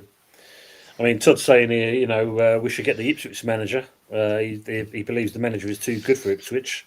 Yeah. And he's also mentioned a bit further down, and I know this is a one for you, Michael Carrick. Would this chairman do it? That's the thing, isn't it? You got to have a plan, like, you know what I mean? Like at any sort of level, whether that's business, whether that's football, in life, whatever, you got to have a plan of what you're trying to achieve. I would love to know what the board at West Ham are saying right now in regards of achievement this year. Like, what is their goals from now to the end of the season? I'd just love to know. To be a fly on the wall, mate. Be a fly on the wall. Big up to Lone Star London. He's saying jizz, and he's mentioned it getting cold today in Austin, Texas. Been there. Stone cold, Steve. Floppy loppy, yeah, absolutely, yeah. Keeping tabs there. Big up to Dano. Big up, Jez. I'm devastated by today's performance. Feels like we've opened the door for the other teams. True. Absolutely true. But we all knew it was going to come to a point when Liverpool was going to get their dip. And it's still to come, isn't it, really? Yeah. So we'll see. Makes it interesting, though. Daz is saying, I think Lobby will go, but don't know when. We can already hope for. West Ham, we better off with Trapattoni than Ludo Telly. Ludo Telly. Big up Fuzzy, Viva United, Mr. Blangy. And big up to Old School Dunner. To the panel, everyone in the chat. Big up to Dave, and go and see his channel as well, if you don't mind. And West Ham should have got Conceição in his first game. Yeah, we know that. He beat Juventus in the cup semi-final. Now they're in the final against their city rival Inter. Oh, let's hope so, Ted. Sullivan will sack Loppy before we get near the championship because he knows he will lose millions getting relegated. I don't think he's getting sacked, mate. If I was to have a bet on it, I don't think he gets sacked this season. I think he'd do enough to stay out of it. Yeah. I mean, Colin's saying with this political manager, we have, I'm telling you now, I can only see us being drawn a relegation dogfight. This is why we should have changed the manager for a while back. We said it, the Leicester game should have gone in. Leicester game was the one, really. Todd said, when Spurs sack Ange Postecoglou, it's just who we are, mate. They should get Sir Gareth Southgate, perfect fit for them both. Yeah, let him go there and not here, not with us. That's the only thing. Oh, yeah. Exactly usual. Just like your manager, Jez, our one does the same. Got himself another yellow card, building up a collection. 5 yellow cards he's got this year. Do they question, James? Do they get a touchline ban for that? Yeah, he's already had one. He's already had one touchline ban. I think if he gets another, it's a 2-match ban. Let's hope. The only hope that we've got of getting rid of Lopetegui is leaving him in the stands and letting him get booked. That's the only hope we've got. Terrible. It's like him and Sergio Ramos probably spent Christmas dinner with each other. Talk about the experience of getting yellow cards galore. So how many of those did you get? Yeah. I don't know about you, Tony, but he's just a problem. Like on the sidelines, sometimes you need someone who's calm under pressure, and he's far from it. He's a man who's literally walking on. He's like walking on eggshells with a geezer. Do you know what I mean? Losing his rag and getting nick booked and all that. And what sort of standard does that set to the rest of the players? No wonder the other players are getting booked this season. We're getting a lot of bookings and all that. There's no discipline there, is there? True, yeah, exactly. If he's he's the instigator of it all, then you've got no chance, have you? Really? Yeah. Vincenzo's asking, how many goalkeepers has Arteta bought? I think he's bought as many left backs as he has keepers, hasn't he? Leno, did he buy Leno? Did he? Yeah, it's either 6 or 7. Bit like Tottenham then. They've just signed a goalkeeper recently as Two of them well. never even played. Two of them never even played for the club. So, do you remember who's the American one we bought when we were on that? Oh, one? Matt Turner, is it? Oh, no, not Matt Turner. Yeah, that's him. It is Matt Turner, yeah. Never even bloody played. I mean, what is going on here? Colorado Rapids. We bought him from the other team that the Cronkies own, Colorado Rapids. What about the other kid, the Australian? Was it Ryan? Was it Matt Ryan you bought and all? You got him from Brighton. You got him on loan from Brighton, ain't you? And all. Yeah. It feels like with some of these goalkeepers that it's a case where it's like maybe they sign English goalkeepers if they are English, homegrown rule, and probably the cheapest signing to make plus the lowest wages. So it's just a squad slot.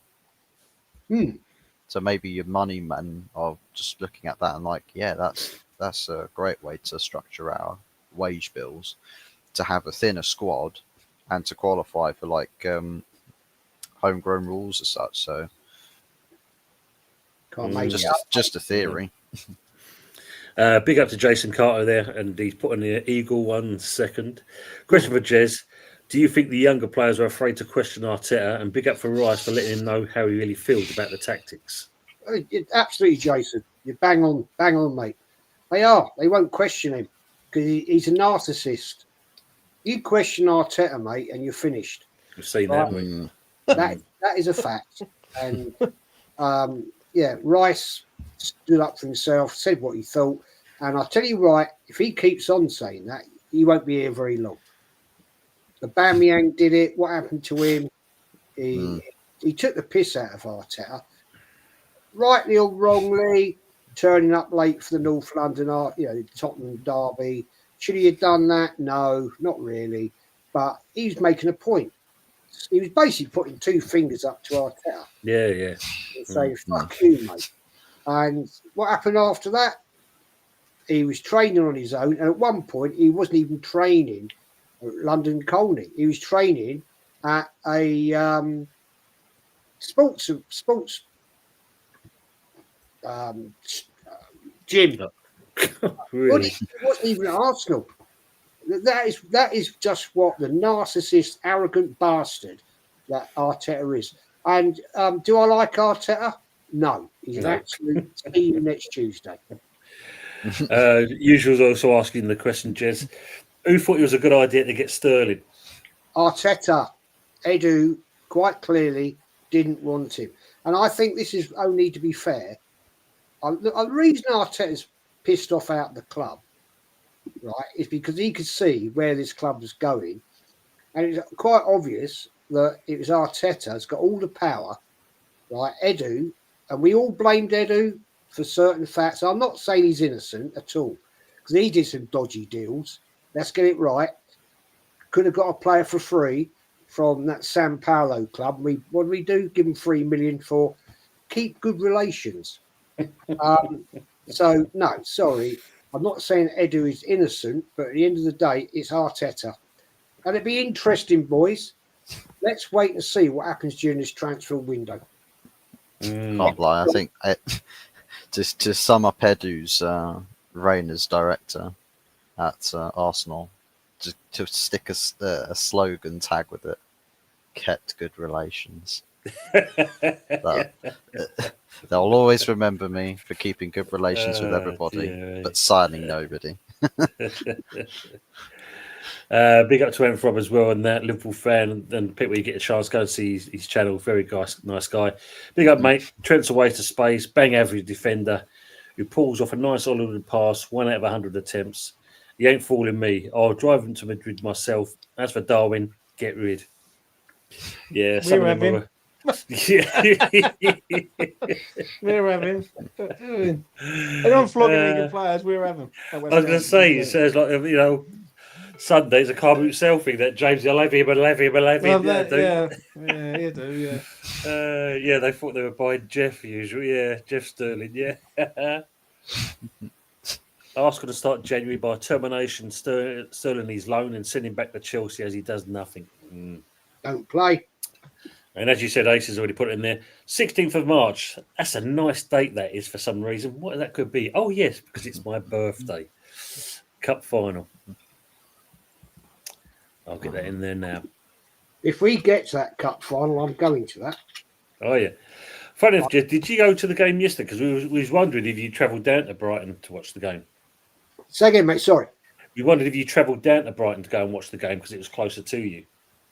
We were going to go. I rang the grandson yesterday morning. I said, right, you all set, ready? He said, Grandad, I'm not. Grandad John, who's the Brighton man, he gets tickets in the executive because he's quite senior at Amex. Okay. And James said, I'm not really sure, Grand. It's really cold down here. And I went, all right. So I rang John and I said, John, you up for it? And he went, well, I don't think James wants to go. And he said, I'll be honest with you, Jez, I'm not bothered. And I went, no, am I really? It's freezing cold. I'll be quite honestly, mate. I said, I'll be quite happy to sit here indoors and watch it on the TV. And he went, Jez, you know, it'd be freezing your nuts off down there. Because I don't know if you've ever been to the Amex, but it faces north-south. Yes, yeah. Right? Yeah, and then right behind the stadium, you've got East Brighton Golf Course. And then it's straight off the sea. Right? And they were easterly winds yesterday. So where we would have been sat is in the west stand. So you're going to get all the winds and all the rain and all the. And I've sat there before and got absolutely bloody soaked. And I'm like, nah. So when James, my grandson, said, I'm not really bothered, Grandad, I went, all right, fair enough. Okay. And then I thought, please, John, please say you don't want to go. And John went, he's about the same age as me. And he went, Jez, I'm not really bothered about getting on the train down there and meeting. I said, no, fair enough, mate. It's fine. So, yeah, stayed indoors. Yeah, lovely. Low Star saying, breaking news, Wayne Rooney in talks with West Ham. You going to take him as well, James? Have him on a loan. Yeah. Everybody. Still dragging the goals, even that timber on. Yeah. Dear me. Yeah. You just saying, yeah, at Low Star, keep the females happy. Rashford has been ill for 6 games. Dear me. Yeah. When he says he's ill, that means he's been sent home from training because, Club are very much excluding him from the squad. Your favourite player, Fuzzy, McTominay, brilliant for Napoli, tells you United are rotten. No, not necessarily. It's probably just McTominay's not the sort of player for Manchester United. Doesn't mean that it can't go to another club and, find a bit of joy. It's just how it works with football. It's like with players, dependent on career choices. A great player can go to one club, hit the ground running, do a fantastic job, or they could go to the other club, both at a similar level, but absolutely stink out the gaff. I think it just depends on career choice, and I think McTominay's made the smarter choice in his career. Leave Manchester United, move into Napoli. Not only is he enjoying life down there, and also playing some good football. So that's all credit to him. But it doesn't mean that we should sit here and say, "Oh, we regret selling McTominay. Now he's doing well." That's called being hung up on your ex, basically. Yeah, it's true. Rather than focusing on trying to get better yourself. You just sat there like, oh, come back to me. No, you're better without. So yeah, obviously going on your thing about Layman's and that. Obviously, Darren said he'll take him. Jaren's saying the BFG will probably take over, and obviously Brenny's saying here, I think the Cronkies would bring in a yes man to replace Arteta. Layman does not strike me as a yes man, and I think I agree on that one. But Darren said here, if Mad Lens takes the reins, I'll be delighted. A proper legend. He's cheap, isn't he? He's at the club, so you know. Some of Rice performances are like rice pudding. Oof. Yeah, that's about right. Jaren's saying though, people thought it was a bad towards the end of the Wenger era. There is nothing compared to this shit we've been put up with. As I said, be careful what you wish for. Yeah, our favourite saying as well. Mm. And Arsenal fans still believe Arteta will deliver the Champions League this season instead of the league. If Arteta does, then fair play, give him another season. Not Yeah. that, let's be honest, that ain't happening. Ravi's got a question for you, Jez. When will Ethan get the starts he deserves? Because if not, he will leave for regular football. Well, he got a start yesterday, scored a nice goal, picked up a little knock, whatever. But, you know, we've seen this with Arteta so many times. Do I dare say this? With the Prince's surrender against Sheffield United, scored that trick, and he got benched for 3 games. No, that's in the past. That's in the past. But he does it every single bloody time. He did it with Martinelli when Arteta first came to the club. Martinelli under Emery scored. I think I'm right in saying this. It was 14 goals in 16 games, right? Scored a goal, benched him for 4. Make it make sense, people. Why did you do that? Yeah. That says it all, really. Obviously, never thought that they'd win that game tonight. Lone Star still saying no, quadruple still on. No. Ravi's asking another one. Why do Arsenal fans love to live on overhyping average and in general? When you mention that they aren't realistic, you get told you need to back the project. Oh, trust the process is the best word. Time to gel. Another one. I know. What process is Arnie slotting? He's in a winning process at the minute. But I think what it is with him, with Slot, is he's been left a very, very good Liverpool side with good Liverpool players. Now, how's he going to deal with that if he does lose a Trent? I know people saying about, they're happy for Trent to go. I know they've got Conor Bradley there, but the second season will be even more pressure on Slot. Maybe see how he handles that. I think this season, I think when you've got no fear and you've got no real expectation, Liverpool fans didn't expect him to win the league. Well, they would have been happy with top 4, I think. For him to go and win the league, which I think he will do, they will be expecting that next year, and that's where the pressure comes in. At the end of the day, They've got the difficulty of replacing Salah's goals as well. Yeah. Because he does take a lot of GA for them. Yeah. Yeah. And he's still saying it's his last season at Liverpool as well, isn't he? He's heavily linking that side of things, but I think that's just a ploy to get more, to get what he wants at the end of the day. But if he does go, it will be a big loss, not just to Liverpool, but the Premier League as well, to lose a player like of that. Has brought us some good entertainment Great football for time. us. Oh, absolutely! Yeah, it will be for you guys. All of us. The player to have scored the most amount of goals against us in the Premier League era is Mohamed Salah. So yeah, we'll happily see him at the door. I'd take him at Arsenal, that's for sure. Yeah, of course, definitely. Desmond's asking you, Jez, do you think the heat will be on Arteta if he doesn't have a good January window now that Edu is no longer here to blame?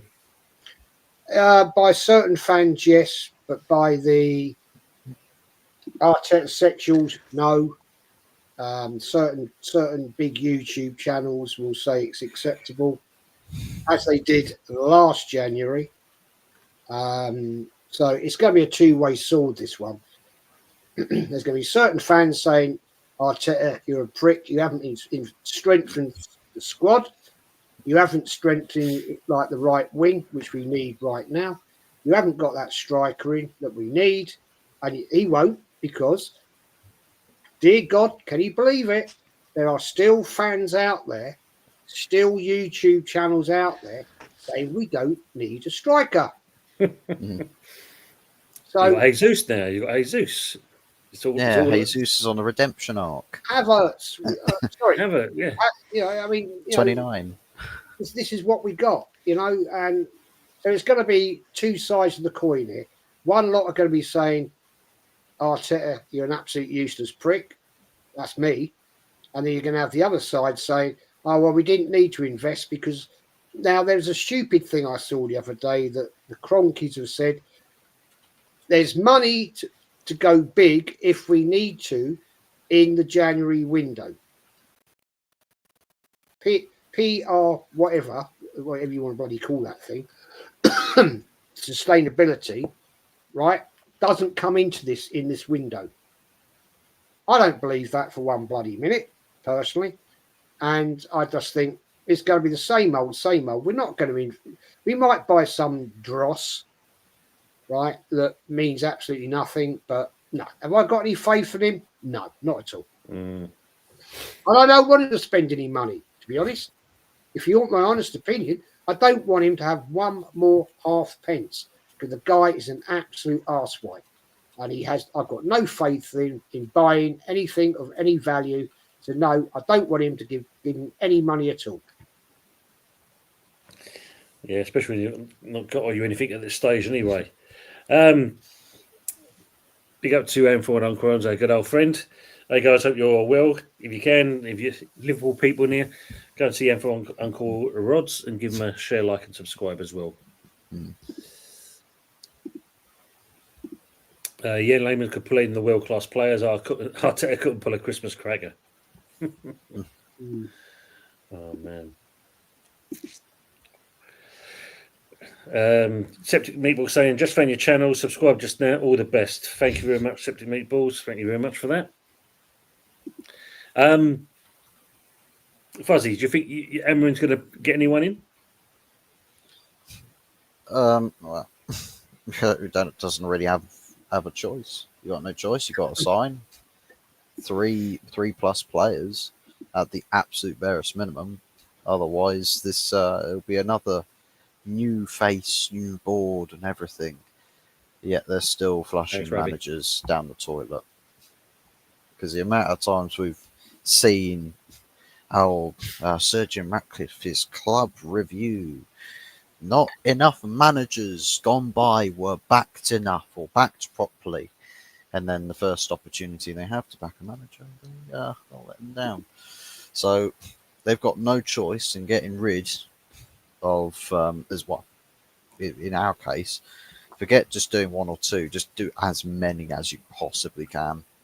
Like sell as many players as possible. We probably will struggle to sell. There's probably going to be more loans with obligations to buy for a lot of our players. And then signing players, because people will talk about, FFP, can't spend because of FFP. No, trust me, there's probably enough money there to bring in at least two players of relative quality. Of course, you have to do good deals to get them, but enough there to not, surpass FFP limit or PSR, profit and sustainability. It's just, what the board actually want to do. If it's within their makeup that, we've got to sign players because we're serious about this. Even in a tight spot, you still find a way to get stuff done. Ratcliffe wants the best recruitment in the country for Man United. Prove it.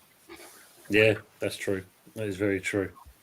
Todd's asking the question, where does Rooney go from here now? What job is next for him? I can see him getting League One or maybe Bath City job, but this job is available as Jerry Gill got the sack in early November time. I think he should take the DFS job.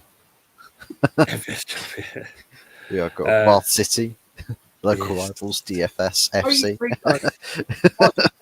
Don't you think that's a classic situation where you've got an absolute top level, world class football player, who Rooney was, right? Shit manager. And we've seen it with Henry. Yep, Henry. Legend world class footballer. Yep. Not just for Arsenal, but won a World Cup, shit manager. He tried it, gave it up. Right? Monaco failed. Yeah. We've seen this with some footballers, legends of the world, just don't make it as a manager. That we've then seen Arsene Wenger, bang average, bang bangs, played for Strasbourg, bang average player, legend manager. It doesn't always, just because you're a fantastic football player, doesn't make you out to be a great manager. Not at all. Bobby Moore was one. Yeah, Bobby Moore. Yeah, wasn't a great manager, you know. And they got some crappy players that turn out to be great managers. Yeah, and that's Tony what. Adams. Tony Adams, awful bloody manager. Yeah, terrible, but great footballer. He was awful on Strictly Come Dancing. What I saw on Googlebox, he was even awful in that and all. God rest his soul. Net Douglas Bader could have danced better than him. Yeah, God, that was awful, wasn't it? Wasn't that embarrassing? I don't watch that program, but when the wife she watched it, she said, "Oh, it's one of your players is on this." I went, "Who?" And she went, "Tony Adams." I said, "Get out of here! He couldn't dance for toffee." You know, He definitely couldn't. Hell, man, he's got no. And mate. Misha saying West Ham should have signed Gasparini from Atlanta. He's a very good manager. Oh, we'd love to if we could do that. Good evening to Darren Middlecote. Loppy is great at blinking. Yeah. Looks like he's having a fucking stroke, doesn't he? You know what I mean? I know disrespect to anyone who's had a stroke in life, but fuck me, he looks like he's like on the verge of a stroke, the poor man. You know what I mean? That's what the job does for you, mate, as well, doesn't it? No, every time he's like, yeah. Even he did it on that press conference. I mean, he's only standing about 4 foot away from him and that, and he's giving it all that, and you think, what the hell? I just think, do you know what it is with Lopetegui? It's another one, really. But for me, I just think he's out of his depth. Simple as that. Like what you just said about Rooney, you have some managers who come to the Premier League who just can't handle it. They can't handle the pace of the game, and they are a Spanish manager who is fit for the Spanish league, so to speak, rather than the Premier League. And there's no disrespect to him. What he done at Seville and other places, he's done all right. But here, he ain't gonna last. But as I say, I don't really blame him to a point. I really don't. I look at the owner. And the owner should have picked the right man in the first place. True. I mean, that's just comment here. Imagine Southgate as a West Ham manager and Brian Bubble would be beating the teeth in the introduction video. No way. Jesus. Trusting the process, and Low Stars saying, at least Arsenal have a plan or a process unlike United or West Ham. I'm not sure about the process. I'm not sure about an Arsenal process at this point in time, Lone Star. Because as far as I'm concerned, you've been stuck on the same objective for about 2-3 years now and not gotten any closer to it. True, that's true. David say Todd Rooney can go on loan to Age UK. No, he don't even go in there, kind of thing. And that he'll be dating old girls left, right, and centre. Fat granny shagger, you're just a fat granny shagger, fat granny shag. That's what he'll be doing. Oh dear.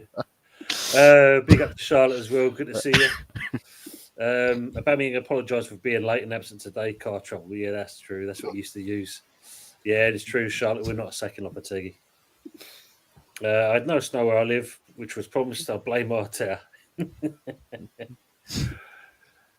Every month, Lone Star. Yeah, absolutely, mate. Every month is a birthday. Got to be in it. 365 years old, not bad at all. Yes, you are. Lopetegui and Postecoglou deserve to stay for our entertainment. Well, Yes. you've got Arteta for your entertainment, Arsenal Manic, so I understand what you're saying with that. Brighton versus West Ham on the 26th of April. Should go to that one, Jez. Brighton versus no.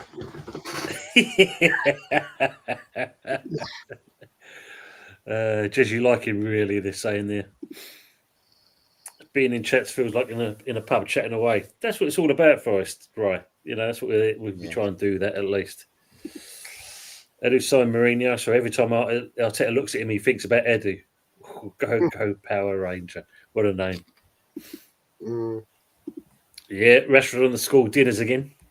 Dilly belly. Yeah. That's probably why he's ill. Keeps having Oh, a school dinner. Feels definitely. ill afterwards. Good evening to Lawrence Watkins from Lexington, Kentucky. Coming, you irons. I hope you're keeping well, Lawrence. Good to see you early on. West Ham Unusual. Good to see you, mate. Guys, we have the fourth richest owners in the Premier League behind Newcastle and the two Manchester clubs, but definitely not a good run club. I know what we can become with the right owners. Absolutely, Colin. We definitely need that. Airport Albert is more qualified to manage Arsenal than Super Duper Mickers. And they're all saying like each other. But Tomini and Sancho playing far better after leaving Rotten United. Just a point, how many ex-Premier players have done well as a manager? Good point. Yeah, but what's the definition of doing well? Because would someone say Gary O'Neill at Bournemouth was a good job? Or would you say someone like Eddie Howe, maybe? Ex-player of Bournemouth, done a good job there. Well, define what the level is, if you can. That'd be interesting.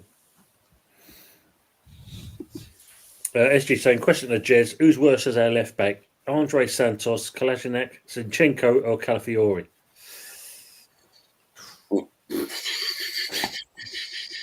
Kalashnikov. Marginally worse than Zinchenko. Wow, that's saying something, isn't it? That is. Good evening to John Sinclair TV and that who's a member on Jezzy's channel for 7 months. Evening, guys. Long time no here. Hope you're all well. Sorry I've not been on here of late. Love to join you next week if you're doing a show. Keep up the good work. John, good to see you as well, mate. Hope you're keeping well and Happy New Year to you. It has been a long time, mate. It has been a long time. But I know what you've been doing.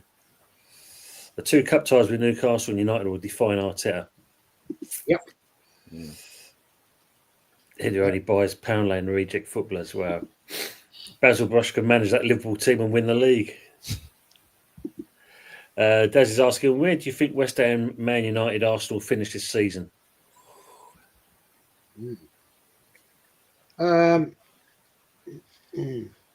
Arsenal, I think, will be third.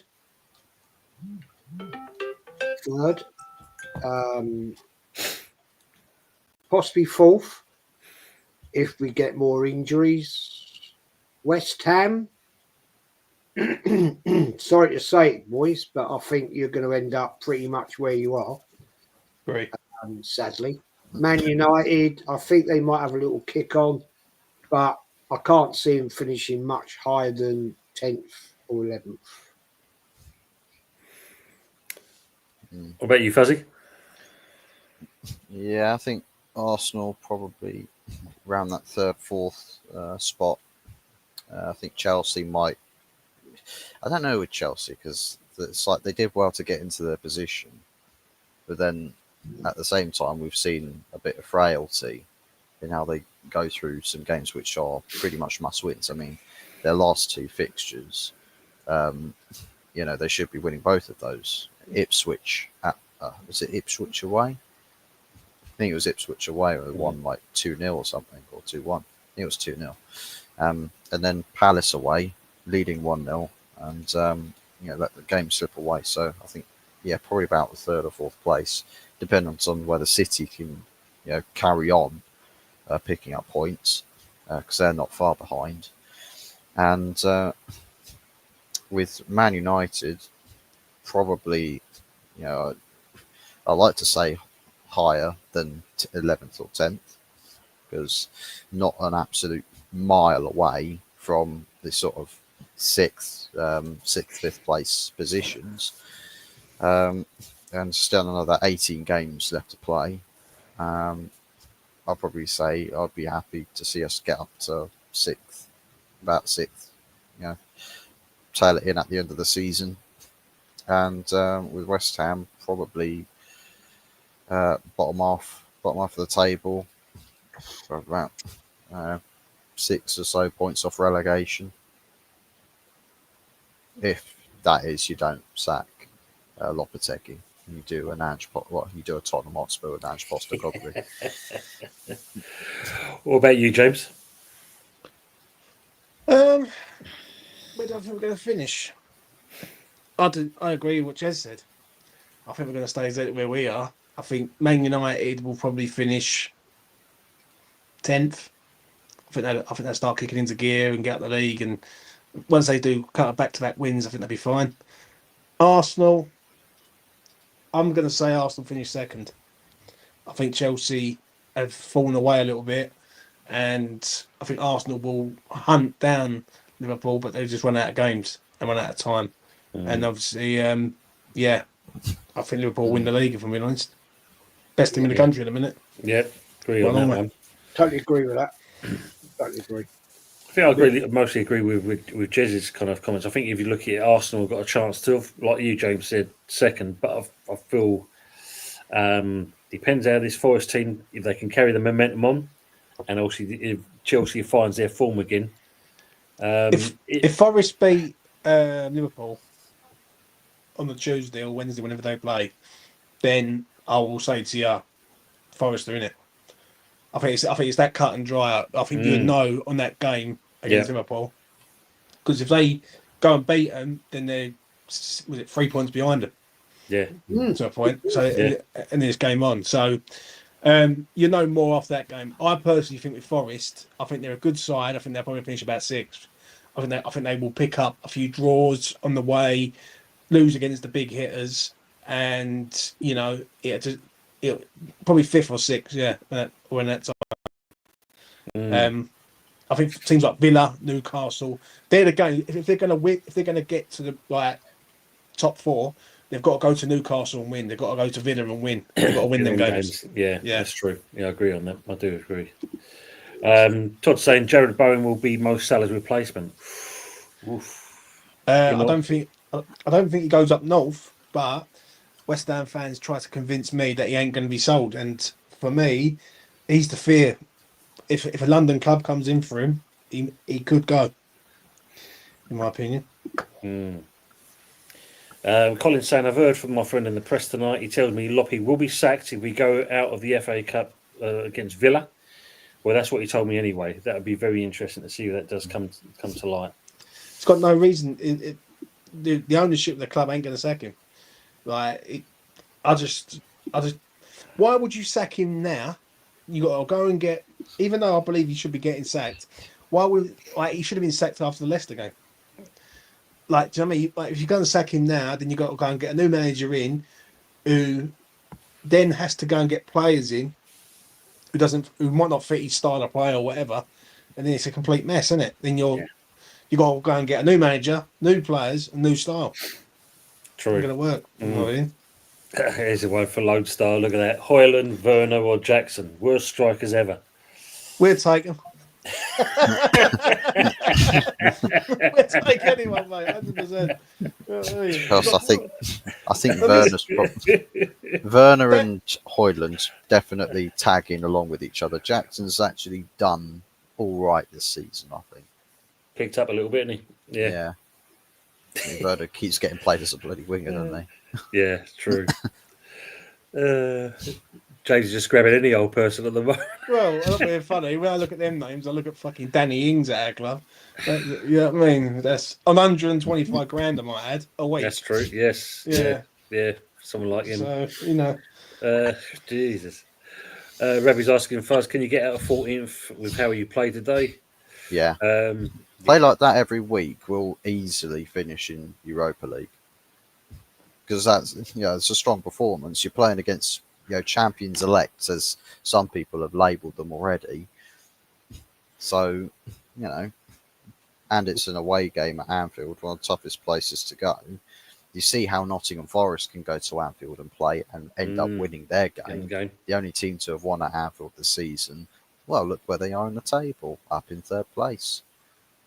Speaks for itself. So, yeah, perform like that every week.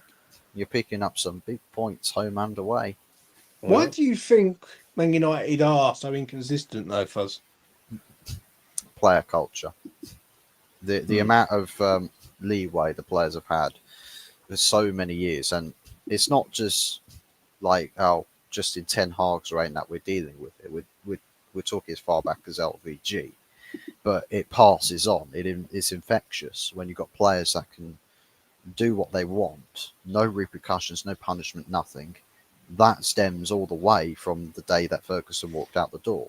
That's when you started to see players taking a few liberties. And of course, a lot of the players that would take liberties beforehand aren't here anymore. It passes on. It infects the next group of people. You get kids, that academy graduates that get given the mantelpiece of being the face of the club, like a Rashford, and then he becomes a bit of a princess, and next thing you know, he's got influence over all of the other players, influence on the British media, anything that he doesn't like. I mean, for God's sakes, Ole Gunnar Solskjaer once criticised him, and then the next press conference, he literally had to make a public apology because him and the club were not happy with the manager's comments. Why the bloody hell is a manager being made to apologise to a player for critiquing him? Why is it that Andy Mitten recently has come out and let slip that he's had intermediaries from all of the previous managers, like since Ferguson, all of them have said the same thing. Rashford has been a problem. He's been a problem for them all of these years. Well, I mean, it's obvious now, but back then we were always thinking the managers could be the only ones that were the problems. But it just goes to show that no matter what, those players were always destined to get whoever was in charge of the sack. And that's kind of where we are at the moment. I know we've drawn 2-2 today, but a lot of the people in and around the club have been told by the manager, don't be all giddy about this. It's actually quite frustrating. If you had that run of form and you turn up to this game, why did you just switch it on today? What about next weekend? Are you going to switch it on next weekend as well? Or are you going to switch off again? So Amarim's targeting this. He's looked at this situation and said, right, well, first and foremost, Glazonomics, Richard Arnold, Edward Ward, you're not playing Player FC with me anymore. Rashford has been ostracised from the squad instantly.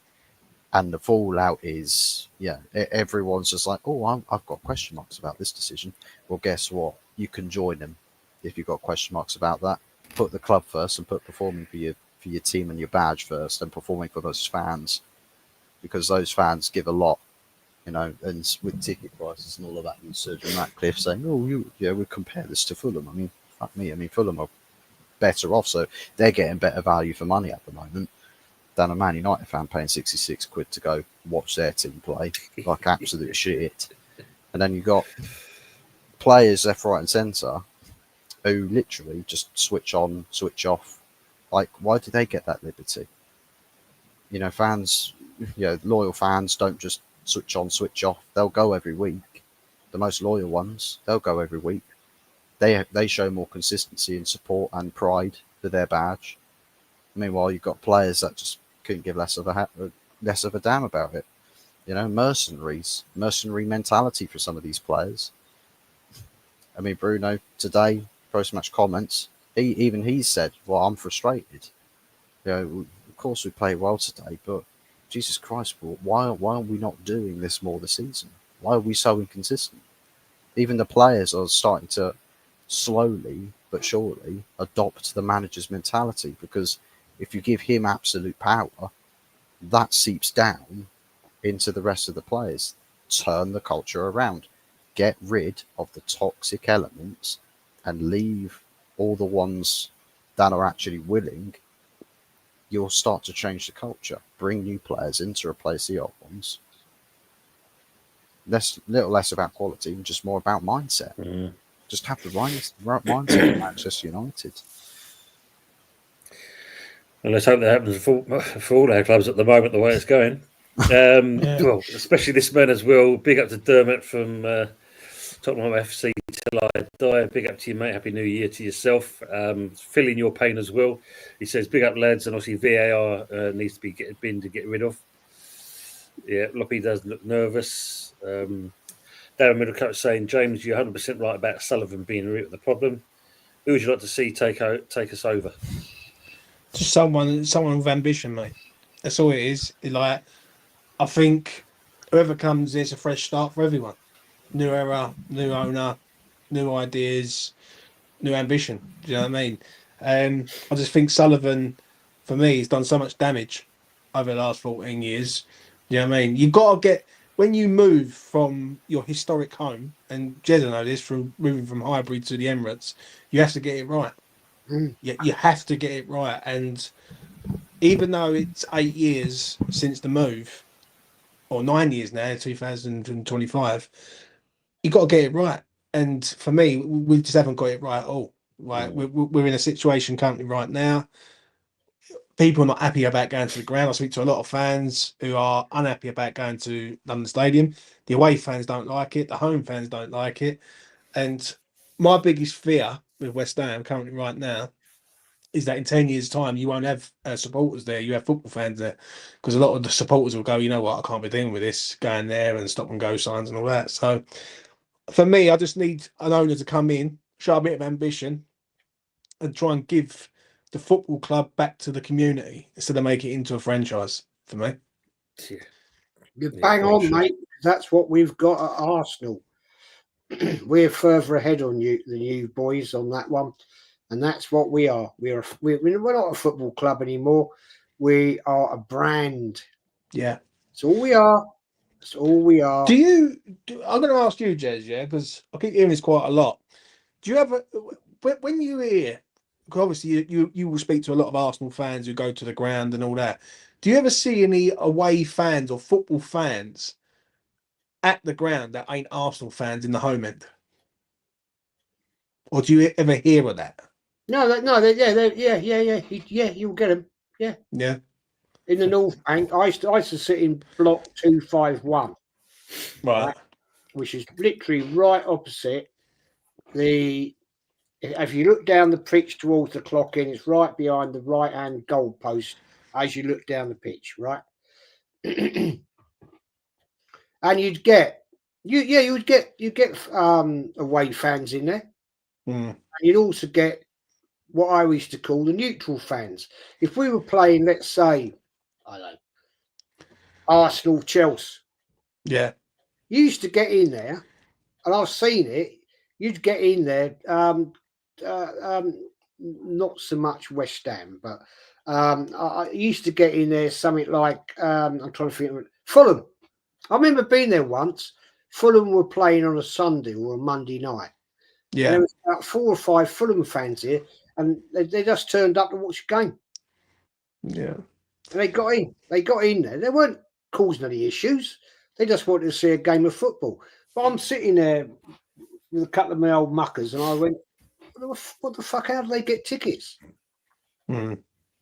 And I'm going back here 2016. That was the year I gave up my season ticket. And I was like, what the fuck is going on here then? That's what, 9 years back. And I'm like, we got behind me, we got row B251. You had row J. And I was like, where's the boys then? Where they're not here? There'd be 4. I'm sure it's Fulham. And they're like, I'm thinking, I ain't got a problem with that, but I'm thinking, what the fuck? They've sold their tickets to Fulham fans. Wow. I think what it is, it's more, because I hear that quite a lot with West Ham. Like, basically, you have Arsenal fans, Liverpool fans, Tottenham fans. And what is more worse is they go to the ground and they're in full kit.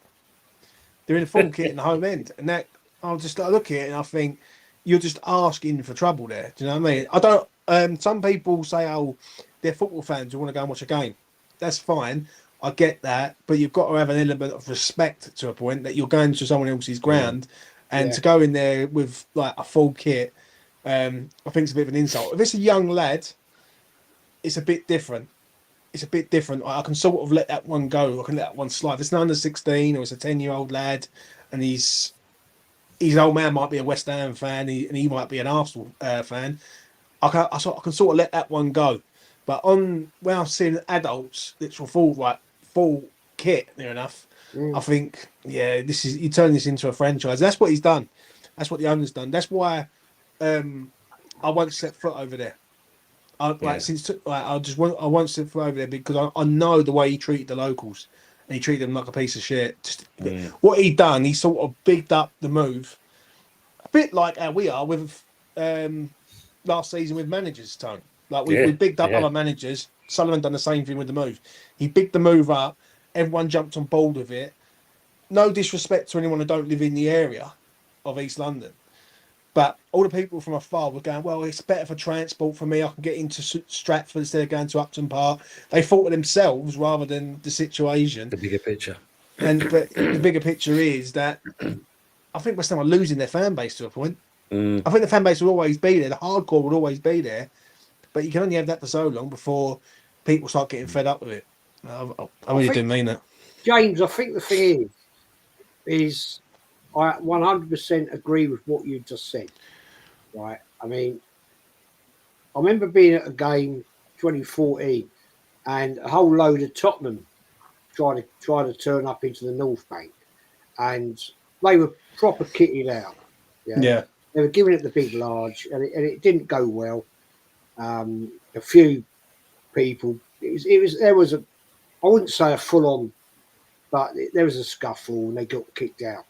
But they were taking the piss. Let's be honest. It's right back in the old 70s, 80s when you know how it all went, and you try to get in the away end and all that. But you know, it's pathetic really now when it's so easy, right? It's so easy. I actually had a giggle. Good old mate of mine, Brian Gillespie. I don't know if you know him. Proper Chelsea, proper West Ham, right? He knows Budgie and all that lot. He used to be a naughty boy with your crew back in the day, and he said to me last year, he said, "Hey, you ain't been to the old London Stadium, have you?" And I went, "No, I haven't. No, I've not been there. I have not been there." And he said, "You fancy going? I can get you in." I went, "Yeah, okay." It never worked out, unfortunately, because he had a family issue, but I said, "What, shall I turn up with an Arsenal shirt on this?" And he went, "Jez, you have no fucking worries at all." Yes. I said, "Get out of here, man. You know, I know how it was back in the day, going down the Bullion Ground, you know, walking down there, how it was. You know, you just didn't go in your colours." And he went, "Jez, I promise you now, you could walk into that ground with an Arsenal shirt on or an Arsenal scarf." And he said, "Nothing would fucking happen." It ain't like that anymore. No, that's true. To one point, it's good, but it doesn't show the pride of your home. No. You know what I mean. I get what you're saying, but it's taking the tribalism out of it. Basically, what it is that you just want a ground for the football fans, but not supporters. That's basically what it is. Exactly. And I completely disagree with that. Like Fulham do it. They have a neutral end where they have football fans in there. I can accept that. If there was a neutral area at the LS where football fans can go and watch a game, I'm all for it. Yeah, because any person should go and want to watch a football match. But I think when you're in the home end and you've got to try and build an atmosphere and you're surrounded by people that don't feel it the same as don't feel the passion of the club, then you've got a problem because you're never going to get an atmosphere going in that. Well, I don't know if you watched our game yesterday. Yeah. And they showed you Pep standing here, just over his left shoulder. There was a bunch of Chinese people all in the merch. You know, for well, they're not supporters. No, Yeah. no, You no. know, they're not supporters at all. They're just they're just there to watch the game at the end of the day. They're too busy chatting to themselves rather than watching what was going on. But there's only one They taking spent a photos. fortune in the club shop. Of course they have. Right, they've flown over to Manchester Airport from wherever the fuck they come from. I've seen it at the Emirates, mate. Yeah, I've seen it, right? Yeah. I remember being there back in when I was outside the Armory. 2016 was coming to the end of the season, and there was a load of Vietnamese people. Nothing against them, and they went into the Armory, and they must have spent God knows how much money. They came out with 2 bags each, right, of Arsenal shit, right. And I stood there, I was chatting to a mate of mine, and this one guy came up, and he asked us. He asked not me, but he asked my mate to take a picture of them, right. And he did. He took a picture of them, and I said, "All right, lads," I said, "Going to enjoy the game." And they couldn't really understand what I was telling them, and I could understand what they were saying. It was quite clear they'd all flown over, spent an arm and a fucking leg, staying in London, right? Spent an absolute bloody fortune they're probably buying shirts to take home to their family members, whatever. But I'm thinking, right, and do you know where they went? I watched them go in. They went in the fucking clock end. Right? They went in the clock end. And I'm thinking, how the fuck are you getting in there? How? How are you doing that? Right? That is just like, so if you can get in there, right, then how the hell does that stop the likes of Tottenham, Millwall, West Ham back in the day walking in there? It's a joke. It's an absolute joke. Look. All of you Scousers with them leaky roof jokes, eh? Look at your Anfield letting all that water in the away end. Oh, sort yourselves out. Sort yourselves out. That's a new stand as well, by the way, because they've That's the new stand. They've revamped that. It's not the grandstand, but one of the ends opposite the Cop, because they've increased the capacity. That's right. Yeah, they haven't they? Yeah, so that's from there. Yeah. Wow. I didn't do the plumbing there, so don't fucking blame me. The same contractors between Old Trafford and Anfield. Anfield, yeah. They were saying VAR needs to go. We were shafted yesterday. That was handball. Even Stevie Wonder could see that. So pissed off about an Andrew Trust. And I'm just seeing some highlights here of looking at the Fulham game. There are some good shots. They should have had penalties, but obviously they were denied. So old Silver's kicking off like nobody's business. There's a couple of questions going to come to. I'm just going to start Collins one, but go through in that, and we'll carry on with the chat. Yeah, Burkamp. Yeah, because obviously one of the questions that Joe Eaton's asking is genuine question: Rice at Arsenal or Casemiro at United? Well, it's easy enough for me and James, I think. Hopefully, that's Rice, but mate, that's not going to be the case. I'd find more joy having Declan Rice at United than Casemiro, to be honest. I think just from an age perspective, but also I think just in terms of pace and legs, I think Rice is a bit more energy in the tank. Agree on that. Just kind of catch on the bits here. Where has it gone now? And probably a smaller wage as well, to be fair. Arsenal Manic saying, Tony, every time Spurs lose, Deji sings Time After Time by Cyndi Lauper. If you had to sing a song under Loppy, what would it be? All by Myself. I think that'd be the one for me. What do you have, James? Criticised by Alex O'Neill. Criticised, great song. Oh, you were going to do was criticised. I had to think fast there. That's the only one that comes to me. So, Brilliant. Vincenzo's asking, has any other Premier League manager had £850 million to spend in the last 5 years other than Arteta? And I think is the big no. Manager wise, I I think don't Ten know. Hag. You wouldn't I know. think Ten Hag probably had quite a lot of money. Probably not as much as 850 mil, but Yeah, I think anyone with that kind of figure, I think Arteta is the only one alone on that. I mean, you can't even say under Chelsea because when you think about it, as over 3 seasons, different managers. I don't know. I don't know. Rice is so average. We got robbed by West Ham. Money well spent, Joel. I love Money how well people spent. I love how people keep criticising Rice. He's in your manager keeps playing him in the wrong position. You know what I mean? It's true. Play him as a DM. It's like, Ange needs time. He deserves a new 10-year contract, the usual saying. Big up to AFC always as well. Arteta can't manage injuries, squads, lineups, or manage to use players in their quick positions. We're a big club with no elite manager, no elite director, no elite players. and we thought our troubles were bad. So Yeah, I know. Yeah, this is the thing. yeah. Darren saying Howard's a quiet Arteta. I wouldn't like to see him at Arsenal. I'm shocked he still has a job. Should have won a cup by now. Maybe he wins the Carabao this year, possibly. Loppy needs binoculars. Needs something. Yeah. Good evening. Oh my god. I look good there. Jezebel. Evening, gentlemen. oh, Jesus Christ. I look good there, boy. Do you ever used to have purple hair, Jez? Okay, come on, mate. That's me on a Saturday night. Come on. Steffi, Hey, Steffi. happy New Year to God. you as well.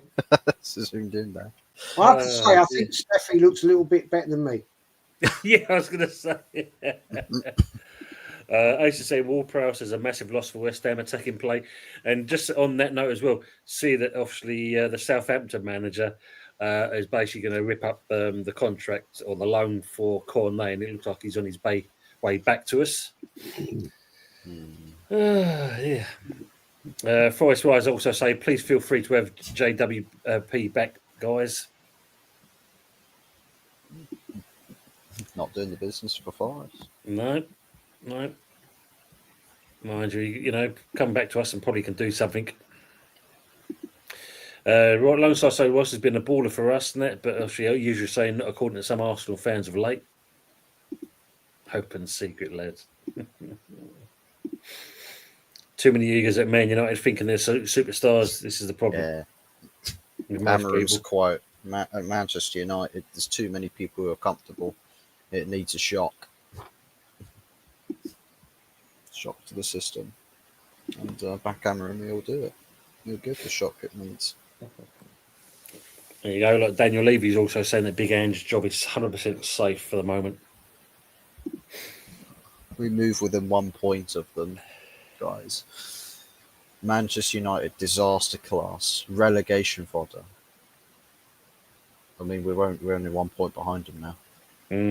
Yeah, this is the thing, isn't it? Well, Vincenzo's asking the question here. Where do you guys think Middlesex Hotspurs, formerly of Essex, will finish at the end of the season, and will they win a trophy? 11th. Yeah. Will they win a trophy? I don't think they'll win a trophy either. Nope. Good. Yeah, like even Daz is saying what you just said there, James. Ings is on so much money. Yes, Rabbi. Insult.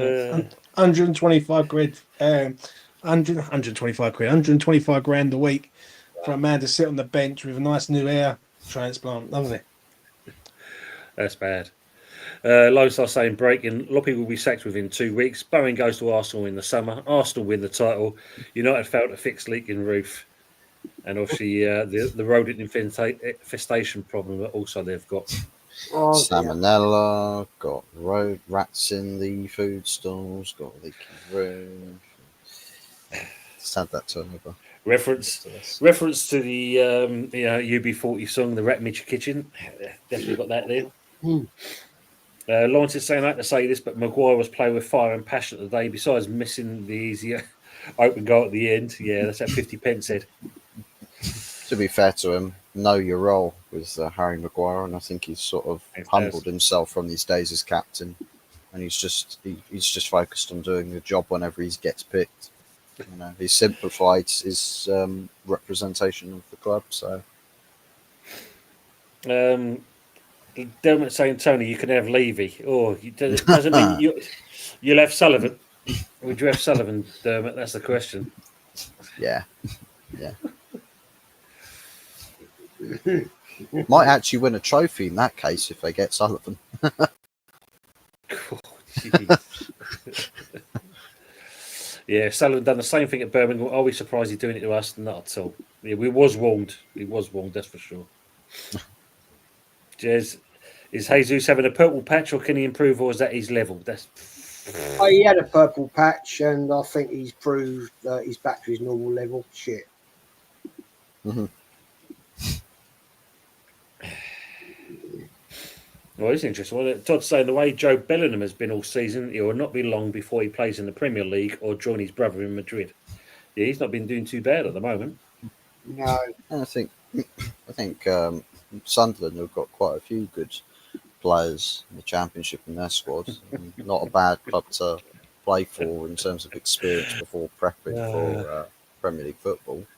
I mean, with Amad Diallo, loan for a season at Sunderland, a lot of Sunderland fans thought he was probably one of our most high quality players that we've had in almost forever. True, Absolutely loved him back at Sunderland. Joe Bellingham. Yeah, why not? I like this one from Terence though. Gentlemen, got to take my dogs for a Spurs. Catch you all later. love that. Me. What do we think of shit?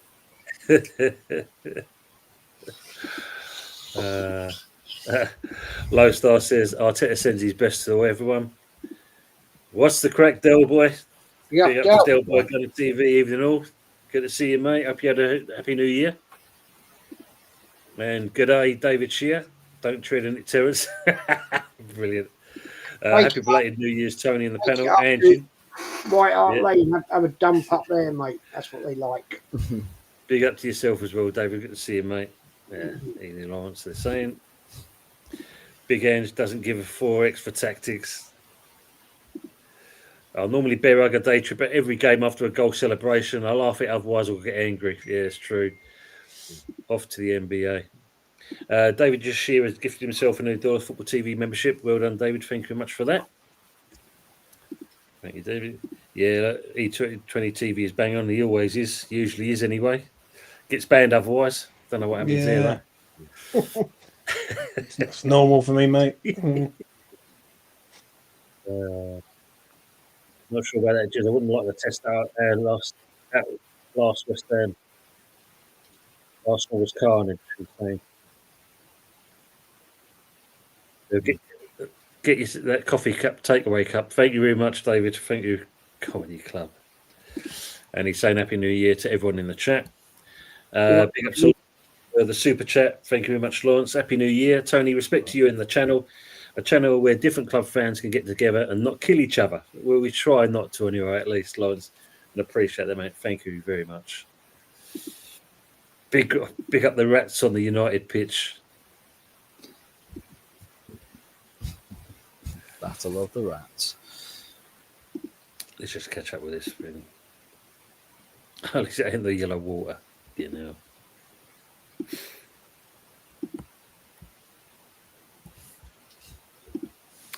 Darren says, I reckon the club sell a few grand every home, 1K per ticket on Sky.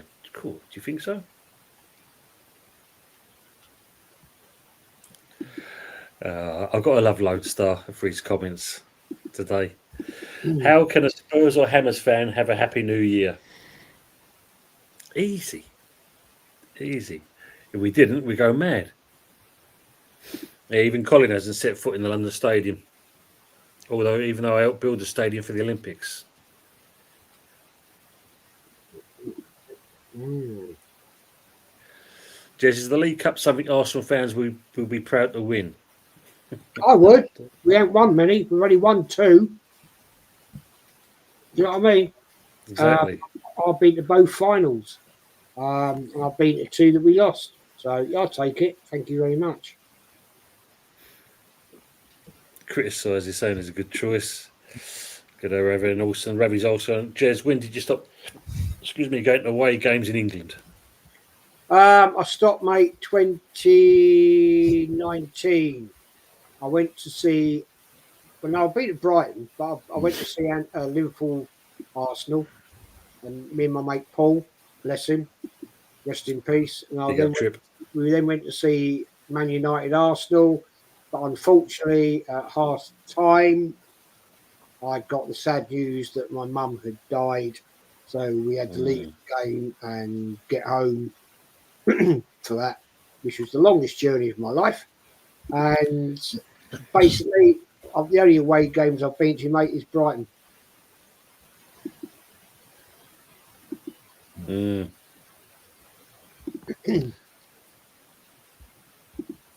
Ravi saying, Jez, that pic of Jez holding back the ears like simply. Class, man. That's the old Jezebel. I think they're all going on about that thing. Arteta will be singing "We Are the Champions." Blimey. True, Lawrence is not. Tony on West Ham, what things in games do you like? Think you are doing well at? Well, surprisingly, looking at yesterday's game, even though we got tonked 4-1, I think the defence in certain respects helped keep it down a little bit. But at the moment, there's nothing. Lone Star's right there. Look, we're doing nothing at the moment to kind of you consider that. Dave, thank you for coming. David, got to go have some fun. Stay safe, ladies and gents. Big up to yourself and that. Dermot saying we do the double with the League Cup and the Europa League, and will prove everyone wrong, and Spurs will rise. Spurs will win. We are Tottenham Hotspurs. Gotta love that. Be lucky, Spurs. Back the team, not the owners. Got to try and do that at least. Edge won't last long, I don't think. Put the gadget down. Jesus. Todd's asking, who do you think Thomas T would do for England? Nah. Not sure about that. Well, we went and watched Tottenham, a Newcastle game on the Saturday, and then went all the way down to Brighton Arsenal. So I'd like to see him pick Tomori for England's defence. That would be a player that I'd like to see play and get some time in the England squad. Yeah, I think it'd be interesting to see his first squad that he picks. I think that'll be the telling point for me until I see that. Todd saying George Murphy has been quiet this season for Bristol City, but he's on loan from the mighty West Ham. He is indeed. Be good if you get him back because he's not a bad little player. Angela has got long. There's a question I've got for you, Jez. I'm going to bring it up shortly. There or something. I will be happy to win anything. Yeah, that's true. Happy you need to tell. I'll be over the moon. Yeah. West Ham defending is effing abysmal. I mean, they honestly not. No, you're not wrong. It's poor. If you look at the last, we've shipped in 10 goals the last couple of games, and even then, we gifted 4 of those goals anyway. Question for all: thoughts on the title race? Is it clear cut, or is it harder than previous decades? The league's too tight this year, and even though Liverpool looking like they could be the contenders, can't take anything for granted at the moment. Pass was much better yesterday, but continue not to finish in the final third. Yeah, true. Dad's saying I'll be amazed if Arsenal doesn't win anything.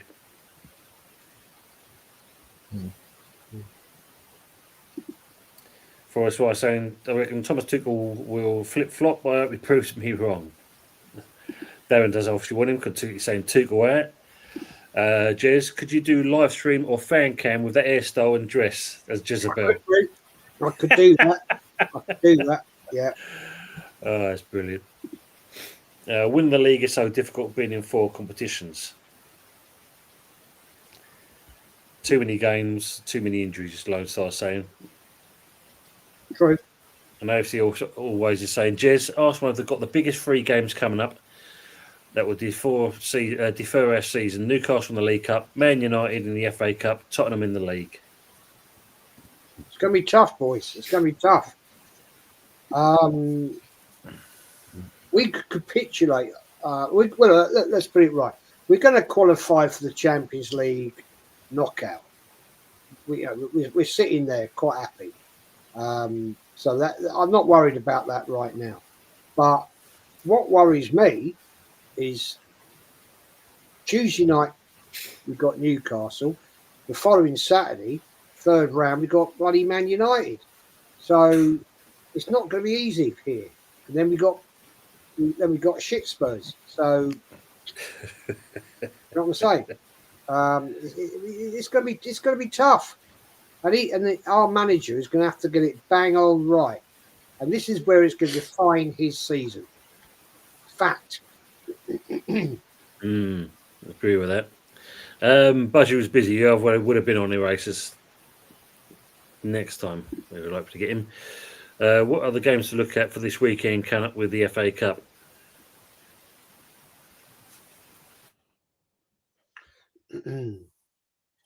So let's have a quick look on that. What's that? Friday. You've got Wycombe, Portsmouth, Villa, West Ham. So we were on Friday night. That'd be an interesting one. And then what was the other ones there? You've got Birmingham, Lincoln, Bristol, Wolves, Bristol City and Wolves, Borough and Blackburn, Liverpool and Accrington Stanley, Leicester and QPR, Bournemouth, West Brom, Brentford, Plymouth, Chelsea, Morecambe, Exeter, Oxford, Norwich, Brighton, Forest, Luton. That should be an easy one for them then. Tell you what, there could be a couple of slip-ups in that.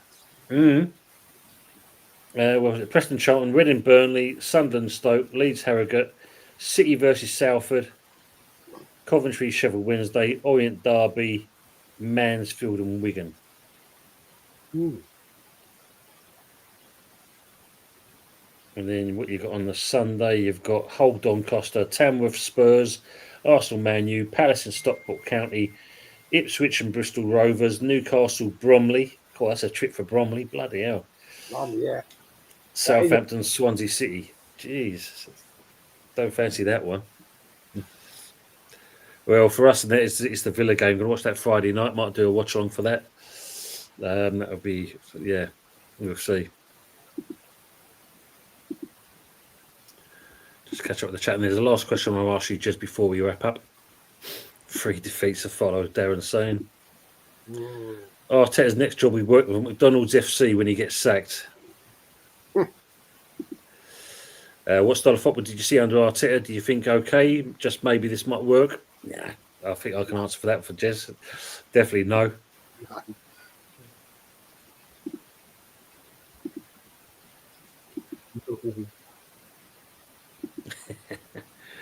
But Birmingham United beat him in the cup final. Come on, Tamworth.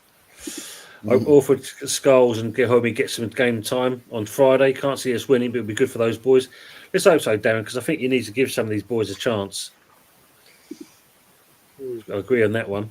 And last but not least, this one for you, Jez. It's all of us, actually. Tony, Jez, James and Fuzzy, who would you say has been the greatest player that you've ever seen since watching your respective clubs? I've been a supporter for 59 years now. For me,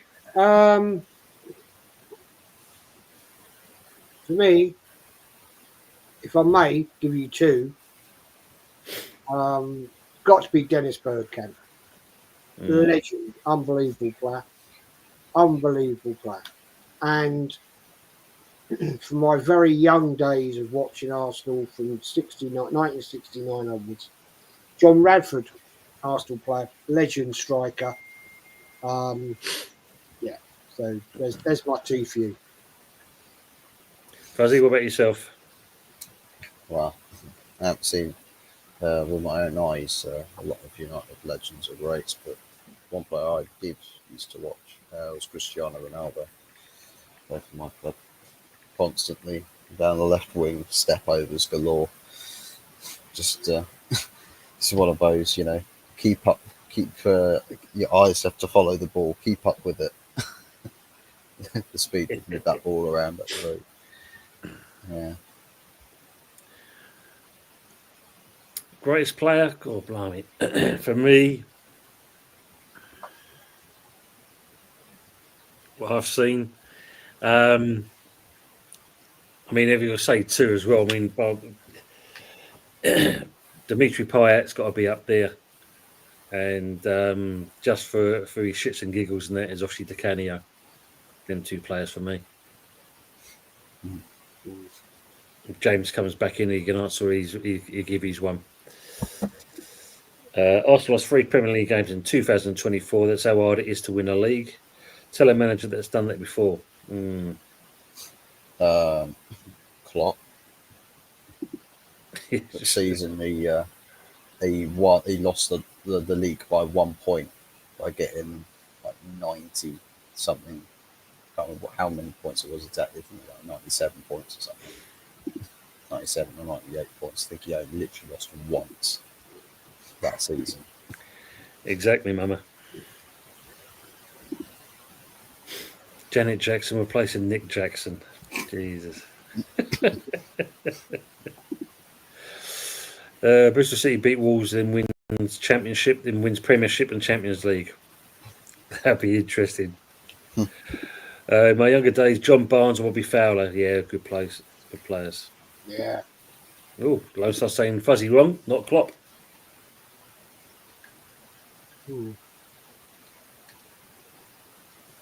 For a season. Well, he's talking about like a calendar year, I think, for a calendar year 2024, but that's 2 separate seasons. So.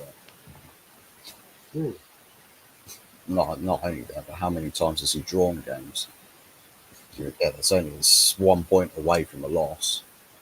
You might as well call them drosses, because you lose more than what you gain from a draw. Jiffers. Jesus. Yeah, I think he's having a bit of a wind up there. David Rocastle, yeah, what a player.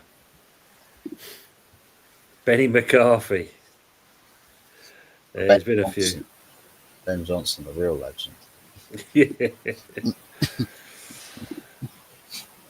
Yeah, exactly. Yeah.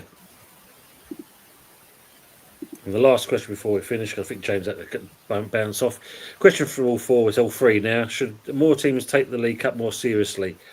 Yeah, definitely. Should do. But Used to. You think it used to be, mate? Yeah. You think 70s, 80s, 90s, right? You know, it was a serious competition, the League Cup. Yeah.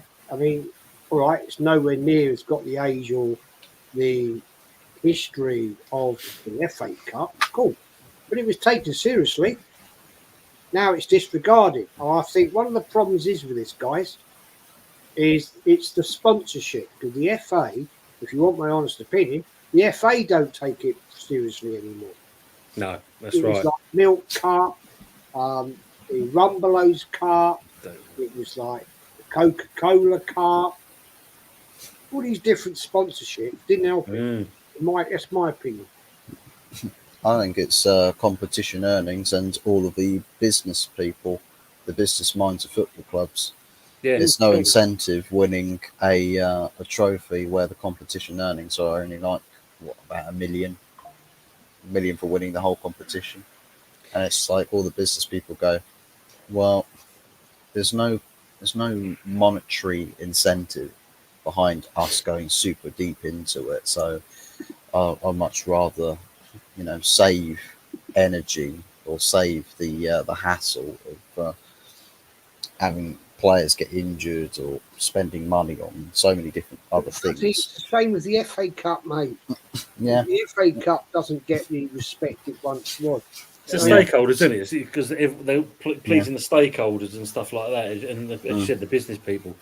It is the managers are worried about if they don't do this, then they're out in their ear. They're not careful. So of course They think they're doing the right thing by putting the weakened side out. That makes you wonder if, for example, like a club like Arsenal, if Don't there forget, wasn't money Fuzzy, there. it was your team, it was your manager that wanted to bounce out of the 2000 FA Cup because Yeah. of fixture congestions in the Champions League. Mm. So you have to blame Man United on that a little bit. True, I agree on that. And then the last question: what's the worst players at your respective clubs you've ever seen? God, how long have I got? Well, the obvious one for us obviously is Marco Boogers for the short period of time that he was there for. And I remember back in the day we signed David Kelly from Leicester, the man that scored goals for fun, and then literally couldn't hit a barn door for 3 yards out. In modern day times, I can go back in time, but I'd stick to modern day. Shamak. Oh yeah, What? Mama's just to interrupt you there. This is great comment. Yeah, that's another stream. Our worst players. All days on it. You could go all day on that one. Well, I could say pick one, try and pick one. That was quite bad. Probably Bebe. Yeah. Bebe, yeah. But otherwise, just pick the entire starting 11 for this season. There's a whole case example. Odegaard and Havertz are Arsenal's best players by some distance, Mark Chelsea's saying. That's another, yeah. Dowie, he had his moments. Rob Jimenez, yeah, look. Vincent Ogo, Jesus Christ. Yeah, so there you go. Oh, yeah. And on that note, Jez, if you'd like to shout your channel out, please. Yeah, it's Arsenal history and more. Talk everything Arsenal. Talk about the good, the bad, and the ugly. And as always, Tony, thanks for having me on. It's a pleasure, as always.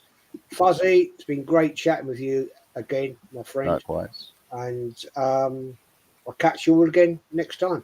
Yeah, thanks for coming on, Jez, for the first one for 2025. Yes. As Boris Rice says here, great stream. Thank you, Early D. Jez, Fuzzy, and James. Big up, chat, and take care. All catch you next time. Big up, Taurus. Fuzzy, yourself? Yeah. Shout yourself out. Now find me Hot Fuzz 44 OG.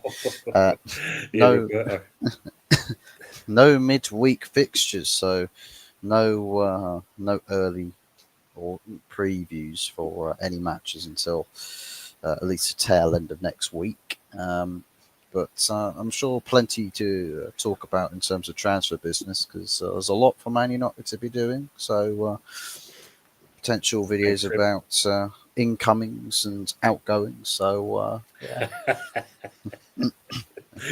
Lawrence loves you, Fuzzy, as always.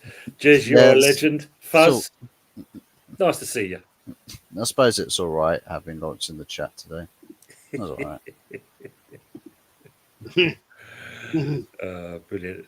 And they're just saying, thanks, lads, another great stream. Thank you, Mama. Thanks for coming in. Fasto, Thank you very much, Mama. Look at that, yeah. Colin, Tony, Fuzzy, Jez, great show. Enjoyed listening to you. As always been, take care. See you next time. And same for you as well. Yeah, Colin. Matt. Yeah, Lawrence. Herbert crashed his tractor into a tree. Okay, Robert 10. Bye, boys. Great stream, however. Can barely hear with monsoon outside, hammering it down with the rain. Oh, sorry to hear that. And hey, Lord of Lexington. So, yes, people in the chat who stayed with us, thanks for being with us and that. I appreciate the super chats, the memberships, and obviously having the great people on the panel as always. Me and Fuzzy and Anthony will be returning on Wednesday for the good, the bad, and the ugly. And then on Thursday, I'm back with Budgie on the West Ham review. And as always, it's great to have everyone in the chat supporting us and with their great comments. Lone Star's enjoyed night all. Same for you as well, Lone Star. Anthony is currently in Bristol Police Station. Good. Yeah, where he belongs. So we should see from there. But again, thanks for hanging around, and we will see you next week for episode 46 of the Sunday Night Takeaway. Appreciate you being with us, and we're out. Take care for now, and enjoy your week. Take care.